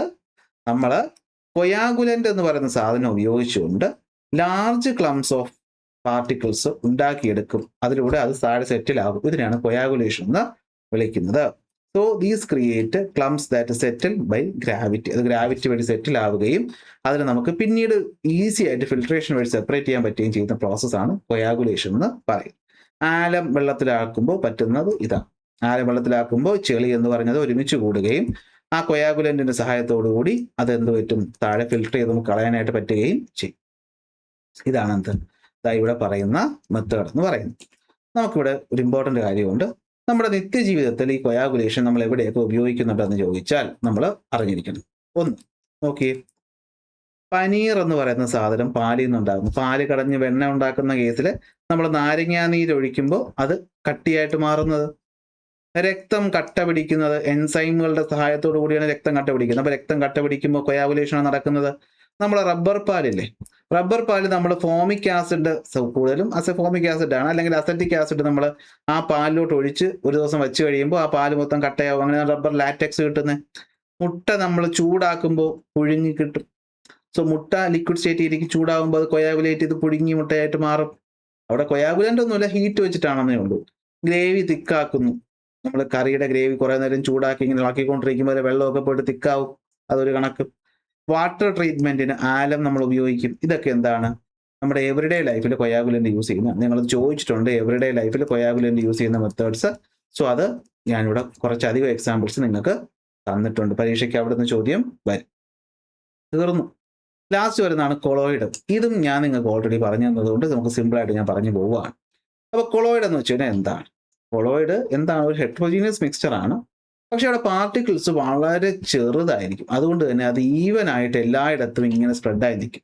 പാല്, രക്തം, ഇതൊക്കെ എന്താണ്? കൊയാഗുലൻ്റ് ആണ്, കൊളോയിഡ് ആണ്. അപ്പൊ എന്തായിരിക്കും അവിടെ? പാർട്ടിക്കിൾസ് എന്ന് പറഞ്ഞു കഴിഞ്ഞാൽ സസ്പെൻഷനേക്കാളും ചെറുതായിരിക്കും, എന്നാൽ സൊല്യൂഷനേക്കാളും വലുതായിരിക്കും. ട്രൂ സൊല്യൂഷൻ പഠിച്ചു. അപ്പൊ സൊല്യൂഷനേക്കാളും ഇച്ചിരി വലുതും എന്ന സസ്പെൻഷനേക്കാളും ഒത്തിരി ചെറുതുമായിട്ടുള്ളതാണ് എന്ത്? ഈ പറയുന്ന കമ്പോണന്റുകൾ എന്ന് പറയുന്നത് ആരുടെ? കൊളോയിഡിന്റെ. പാർട്ടിക്കിൾ സൈസ് കണ്ടോ? വളരെ ചെറിയ സൈസ് ആയിരിക്കും. ഇത് കണ്ടോ? പാല് വെള്ളത്തിൽ അലിയിക്കുമ്പോൾ ഉണ്ടാവുന്നത് കൊളോയിഡ് ആണ്. എന്നാൽ ഇതെന്താണ്? ഇത് സസ്പെൻഷൻ ആണ്. ഇതെന്താണ്? ഒരു ട്രൂ സൊല്യൂഷൻ ആണ്. സോ ഈ സംഭവമാണ് എന്ത്? കൊളോയിഡ് എന്ന് പറയുന്നത്. അപ്പൊ കൊളോയിഡിനകത്ത് നിങ്ങൾ ശ്രദ്ധിക്കണം. കൊളോയിഡിൽ നമ്മളെ പാലെടുക്കുക. പാല് അപ്പോൾ പാൽ എന്ന് പറയുന്ന സാധനം നമ്മൾ നോർമലി എടുക്കുമ്പോഴത്തേക്കും പാൽ പോലെ ഇരിക്കും. അതിൽ നാരങ്ങയുടെ വെള്ളം ഒഴിക്കുമ്പോഴത്തേക്കും, നാരങ്ങ നീര് ഒഴിക്കുമ്പോഴത്തേക്കും നിങ്ങൾക്ക് കാണാൻ പറ്റും ഈ കുറേ കട്ടിയുള്ള ഒരു ഭാഗം മുകളിൽ വന്ന് ഇങ്ങനെ നിൽക്കും. ആണോ അല്ലേ? ബാക്കി താഴത്തെ ഭാഗം എന്തായിരിക്കും? ഇങ്ങനെ വെള്ളം പോലെ ഇരിക്കും. ഈ വെള്ളത്തെ നമ്മൾ വേവ് വാട്ടർ എന്നും ഈ ഭാഗത്തിനെയാണ് നമ്മൾ പിന്നീട് എടുത്ത് പനീർ എന്നൊക്കെ പറയുന്നത്. അപ്പോൾ ഒരു കൊളോയിഡ് എടുത്താൽ അതിന് 2 ഭാഗം ഉണ്ടെന്ന് മനസ്സിലാക്കുക. ഒന്ന് ഈ വെള്ളം പോലെ ഇരിക്കുന്ന ഭാഗം, ഇതിനെ വിളിക്കുന്ന പേരാണ് ഡിസ്പെർഷൻ മീഡിയം. എന്താണ്? Dispersion medium. എന്തുവാണ്? Dispersion medium. എന്നാൽ ഈ കട്ടിയുള്ള ഭാഗം ഉണ്ടല്ലോ, ഈ കട്ടിയുള്ള ഭാഗത്തിനാണ് നമ്മൾ എന്ത് വിളിക്കുന്നത്? Dispersed face. അപ്പോൾ അതിലുള്ള നമ്മൾ സൊല്യൂഷനിലെ സൊല്യൂട്ട് പോലെയുള്ള പാർട്ടിക്കിൾസിനെ നമ്മൾ ഡിസ്പേഴ്സ്ഡ് ഫേസ് എന്നും, സൊല്യൂഷനിലെ സോൾവെന്റ് പോലെ ഇരിക്കുന്ന ഭാഗത്തിന് നമ്മൾ ഡിസ്പേർഷൻ മീഡിയം എന്നും വിളിക്കും. അതൊന്ന് പഠിച്ചു വെച്ചോളൂ. പാലിന്റെ കേസിൽ ഫാറ്റും പ്രോട്ടീനുമാണ് വരുന്നത്. മറ്റെന്താണ്? ഡിസ്പേർഷൻ മീഡിയം വെള്ളം അല്ലെങ്കിൽ വേവ് വാട്ടറുമാണ് വരുന്നത്. അതാണ് ഒരു കമ്പോണന്റ് എന്ന് പറയുന്നത്. അതിവിടെ അല്ല കിടക്കുന്നത്, കമ്പോണന്റ് കിടക്കുന്നത് ഈ ഭാഗത്താണ്. ഞാൻ അതിന്റെ കൂടെ അങ്ങ് പറഞ്ഞു എന്നേ ഉള്ളൂ. അതല്ലേ നല്ലത്. ലാസ്റ്റ് വരുന്നതാണ് എന്ത്? ഇത് ചോദ്യമാണ്. ബ്ലഡ് ഒരു സൊല്യൂഷനുമല്ല സസ്പെൻഷനുമല്ല, അതെന്താണ്? ഒരു കൊളോയിഡ് ആണെന്നുള്ള കാര്യം പരീക്ഷയ്ക്ക് ചോദിച്ചാൽ ഉത്തരം ഇവിടെ കിടപ്പുണ്ട്. ഓക്കെ, സംഭവം ലാസ്റ്റ്. ടിൻഡൽ എഫക്റ്റ് അതും പറഞ്ഞു തന്നെയാണ് അല്ലേ? ഇതാ കണ്ടോ, ഇവിടെ ഈ ലൈറ്റ് പോകുന്ന പാത്ത്, ഈ സ്റ്റേഡിയത്തിലെ ഫ്ലഡ് ലൈറ്റ് എന്നാണ് ഇതിനെ പറയുന്നത്. ഈ ഫ്ലഡ് ലൈറ്റുകൾ നോക്കുമ്പോഴത്തേക്ക് നമുക്ക് ഈ ലൈറ്റ് പോകുന്ന പാത്ത് ഇങ്ങനെ കാണാൻ പറ്റുന്നില്ല. ഇത് എന്തുകൊണ്ടാണ് പറ്റുന്നത്? ഈ ലൈറ്റ് ഇവിടെ പോകുമ്പോൾ ഇവിടെ ചെറിയ പാർട്ടിക്കിൾസ് ഓഫ് മഞ്ഞുണ്ട്, അവിടെ നിന്ന് സ്കാറ്ററിങ് നടക്കും. അപ്പൊ സ്കാറ്ററിങ് കാരണം ഈ പാത്ത് കാണുന്ന ഈ ഇഫക്റ്റിനെ വിളിക്കുന്ന പേരാണെന്ത്? Tyndall effect. ഇതുമാണ് ടിൻഡൽ ഇഫക്റ്റ്. അപ്പൊ എന്താ ടിൻഡൽ എഫക്റ്റ് എന്ന് വെച്ചാൽ? ലൈറ്റ് സ്കാറ്റർ ചെയ്യുന്നത് കൊണ്ട് അതിന്റെ പാത്ത് കാണുന്ന ഇഫക്റ്റിനെയാണ് നമ്മൾ ടിൻഡൽ എഫക്റ്റ് എന്ന് വിളിക്കുന്നത്. ജോൺ ടിൻഡൽ കണ്ടുപിടിച്ചുകൊണ്ടാണ് ആ വാക്ക് അവിടെ വന്നത്. ഉദാഹരണങ്ങൾ എന്തൊക്കെയായിരിക്കും? ഡാർക്ക് റൂമിൽ ഒരു ചെറിയ പോയിന്റിൽ കൂടി ലൈറ്റ് വന്നാൽ ആ പാത്ത് കാണാൻ പറ്റും. സ്റ്റേഡിയത്തിലെ ലൈറ്റ്, മരങ്ങൾക്കിടയിലൂടെ സൂര്യപ്രകാശം വരുന്നത്, നമ്മൾ മഞ്ഞുള്ള ദിവസം വണ്ടി ഓടിക്കുമ്പോൾ വണ്ടിയുടെ ഹെഡ്ലൈറ്റ് ഇങ്ങനെ പോകുന്ന പാത്ത് കാണാൻ പറ്റുന്നത് ഒക്കെ എന്താണ്? ഈ പറയുന്ന ടിൻഡൽ എഫക്റ്റിന്റെ ആപ്ലിക്കേഷൻസ് ആണ്. കൊളോയിഡ്സ് കാണിക്കുന്ന ഒരു ഫിനോമിനാണ് എന്തെന്ന് പറയുന്നത്? ടിൻഡൽ എഫക്റ്റ് എന്ന് പറയുന്നത്. സോ ഇത്രയും പറയുമ്പോഴത്തേക്കും നമ്മൾ ഈ ഒരു ചാപ്റ്റർ എന്ത് ചെയ്തിരിക്കുകയാണ്? തീരുന്നിരിക്കുകയാണ്. ഇവിടെ നമുക്ക് പിന്നെ തന്നേക്കുന്നത് എന്താണെന്ന് വെച്ച് കഴിഞ്ഞാൽ ഈ സെപ്പറേഷന്റെ ഇമ്പോർട്ടൻസിനെയൊക്കെ പറ്റിയിട്ട് നമുക്ക് പറഞ്ഞു തരുന്നതാണ്. അതായത് വേസ്റ്റിന്റെ ട്രീറ്റ്മെന്റിനെ നമ്മൾ സെഗ്രിഗേറ്റ് ചെയ്യുന്നത് വളരെ ഇമ്പോർട്ടൻ്റ് ആണ്. നമ്മൾ ഈ ഹാംഫുൾ കെമിക്കൽസിനെയൊക്കെ നമ്മൾ സെപ്പറേറ്റ് ചെയ്ത് അതിലെ ടോക്സിക് സബ്സ്റ്റൻസ് മാറ്റിയിട്ട് പുറത്തോട്ട് കളഞ്ഞാൽ അത് പ്രകൃതിക്ക് നല്ലതാണ്. നമ്മുടെ ശരീരത്തിനകത്ത് ഈ പറയുന്ന സെപ്പറേഷൻ പ്രോസസ്സ് നമ്മുടെ കിഡ്നീസ് പോലെയുള്ള ഓർഗൻസിനകത്ത് നടക്കുന്നുണ്ട്. അപ്പോൾ അതൊക്കെയാണ് സംഭവം. ജസ്റ്റ് വായിച്ചു വിട്ടാൽ മതി. നമ്മൾ ചാപ്റ്റർ ഇവിടെ എന്ത് ചെയ്തിരിക്കുകയാണ്? തീർന്നിരിക്കുകയാണ്. 2 പാർട്ട് കൊണ്ട് തീർത്തു. ഈ പാർട്ട് ലെങ്ത് ഇച്ചിരി കൂടുതലാണെന്ന് അറിയാം, എന്നാൽ ഒറ്റ പാർട്ടിലൊക്കെ തീർന്നു. കാരണം പല കുട്ടികൾക്കും ഇപ്പോൾ പരീക്ഷ ഫസ്റ്റ് ചാപ്റ്ററിന്റെ പരീക്ഷ സ്കൂളിൽ എത്തി തുടങ്ങി. അപ്പോൾ നമ്മൾ ഫിസിക്സ് 1ാമത്തെ ചാപ്റ്റർ തീർത്തു, കെമിസ്ട്രി ഇന്നത്തോടെ 1ാമത്തെ ചാപ്റ്റർ തീർത്തു, ബയോളജി ഓൾറെഡി തീർത്ത് കഴിഞ്ഞു. ഇനി സോഷ്യലാണ്. സോഷ്യലിന്റെ ഫസ്റ്റ് ചാപ്റ്റർ അപ്ലോഡായി, ബാക്കി ഉടനെ വരും. അപ്പോൾ ബാക്കി ഇതുപോലെ ക്ലാസ് കിട്ടാനായിട്ട് ചാനൽ സബ്സ്ക്രൈബ് ചെയ്യുക. അടുത്ത ക്ലാസ്സിൽ അടുത്ത ടോപ്പിക്കായിട്ട് കാണാം. ട്യൂഷൻ വേണമെന്നുള്ളവർ മുകളത്തെ നമ്പറിൽ കോൺടാക്ട് ചെയ്യുക. ഇന്നത്തെ ക്ലാസ് കണ്ടു കഴിഞ്ഞിട്ട് ഞാൻ ഇന്ന് ആദ്യം പറഞ്ഞു തന്ന ആ ഒരു ഫ്ലോ ചാർട്ട് പോലത്തെ സംഭവമില്ലേ, അതൊന്നുകൂടി ഒന്ന് എടുത്ത് നോക്കി നോക്ക്. ഇന്ന് പഠിച്ചതിൻ്റെ ആ ഒരു കൺഫ്യൂഷനൊക്കെ ഒന്ന് മാറിക്കിട്ടും. സോ അടുത്ത ക്ലാസ്സിൽ അടുത്ത ടോപ്പിക്കായിട്ട്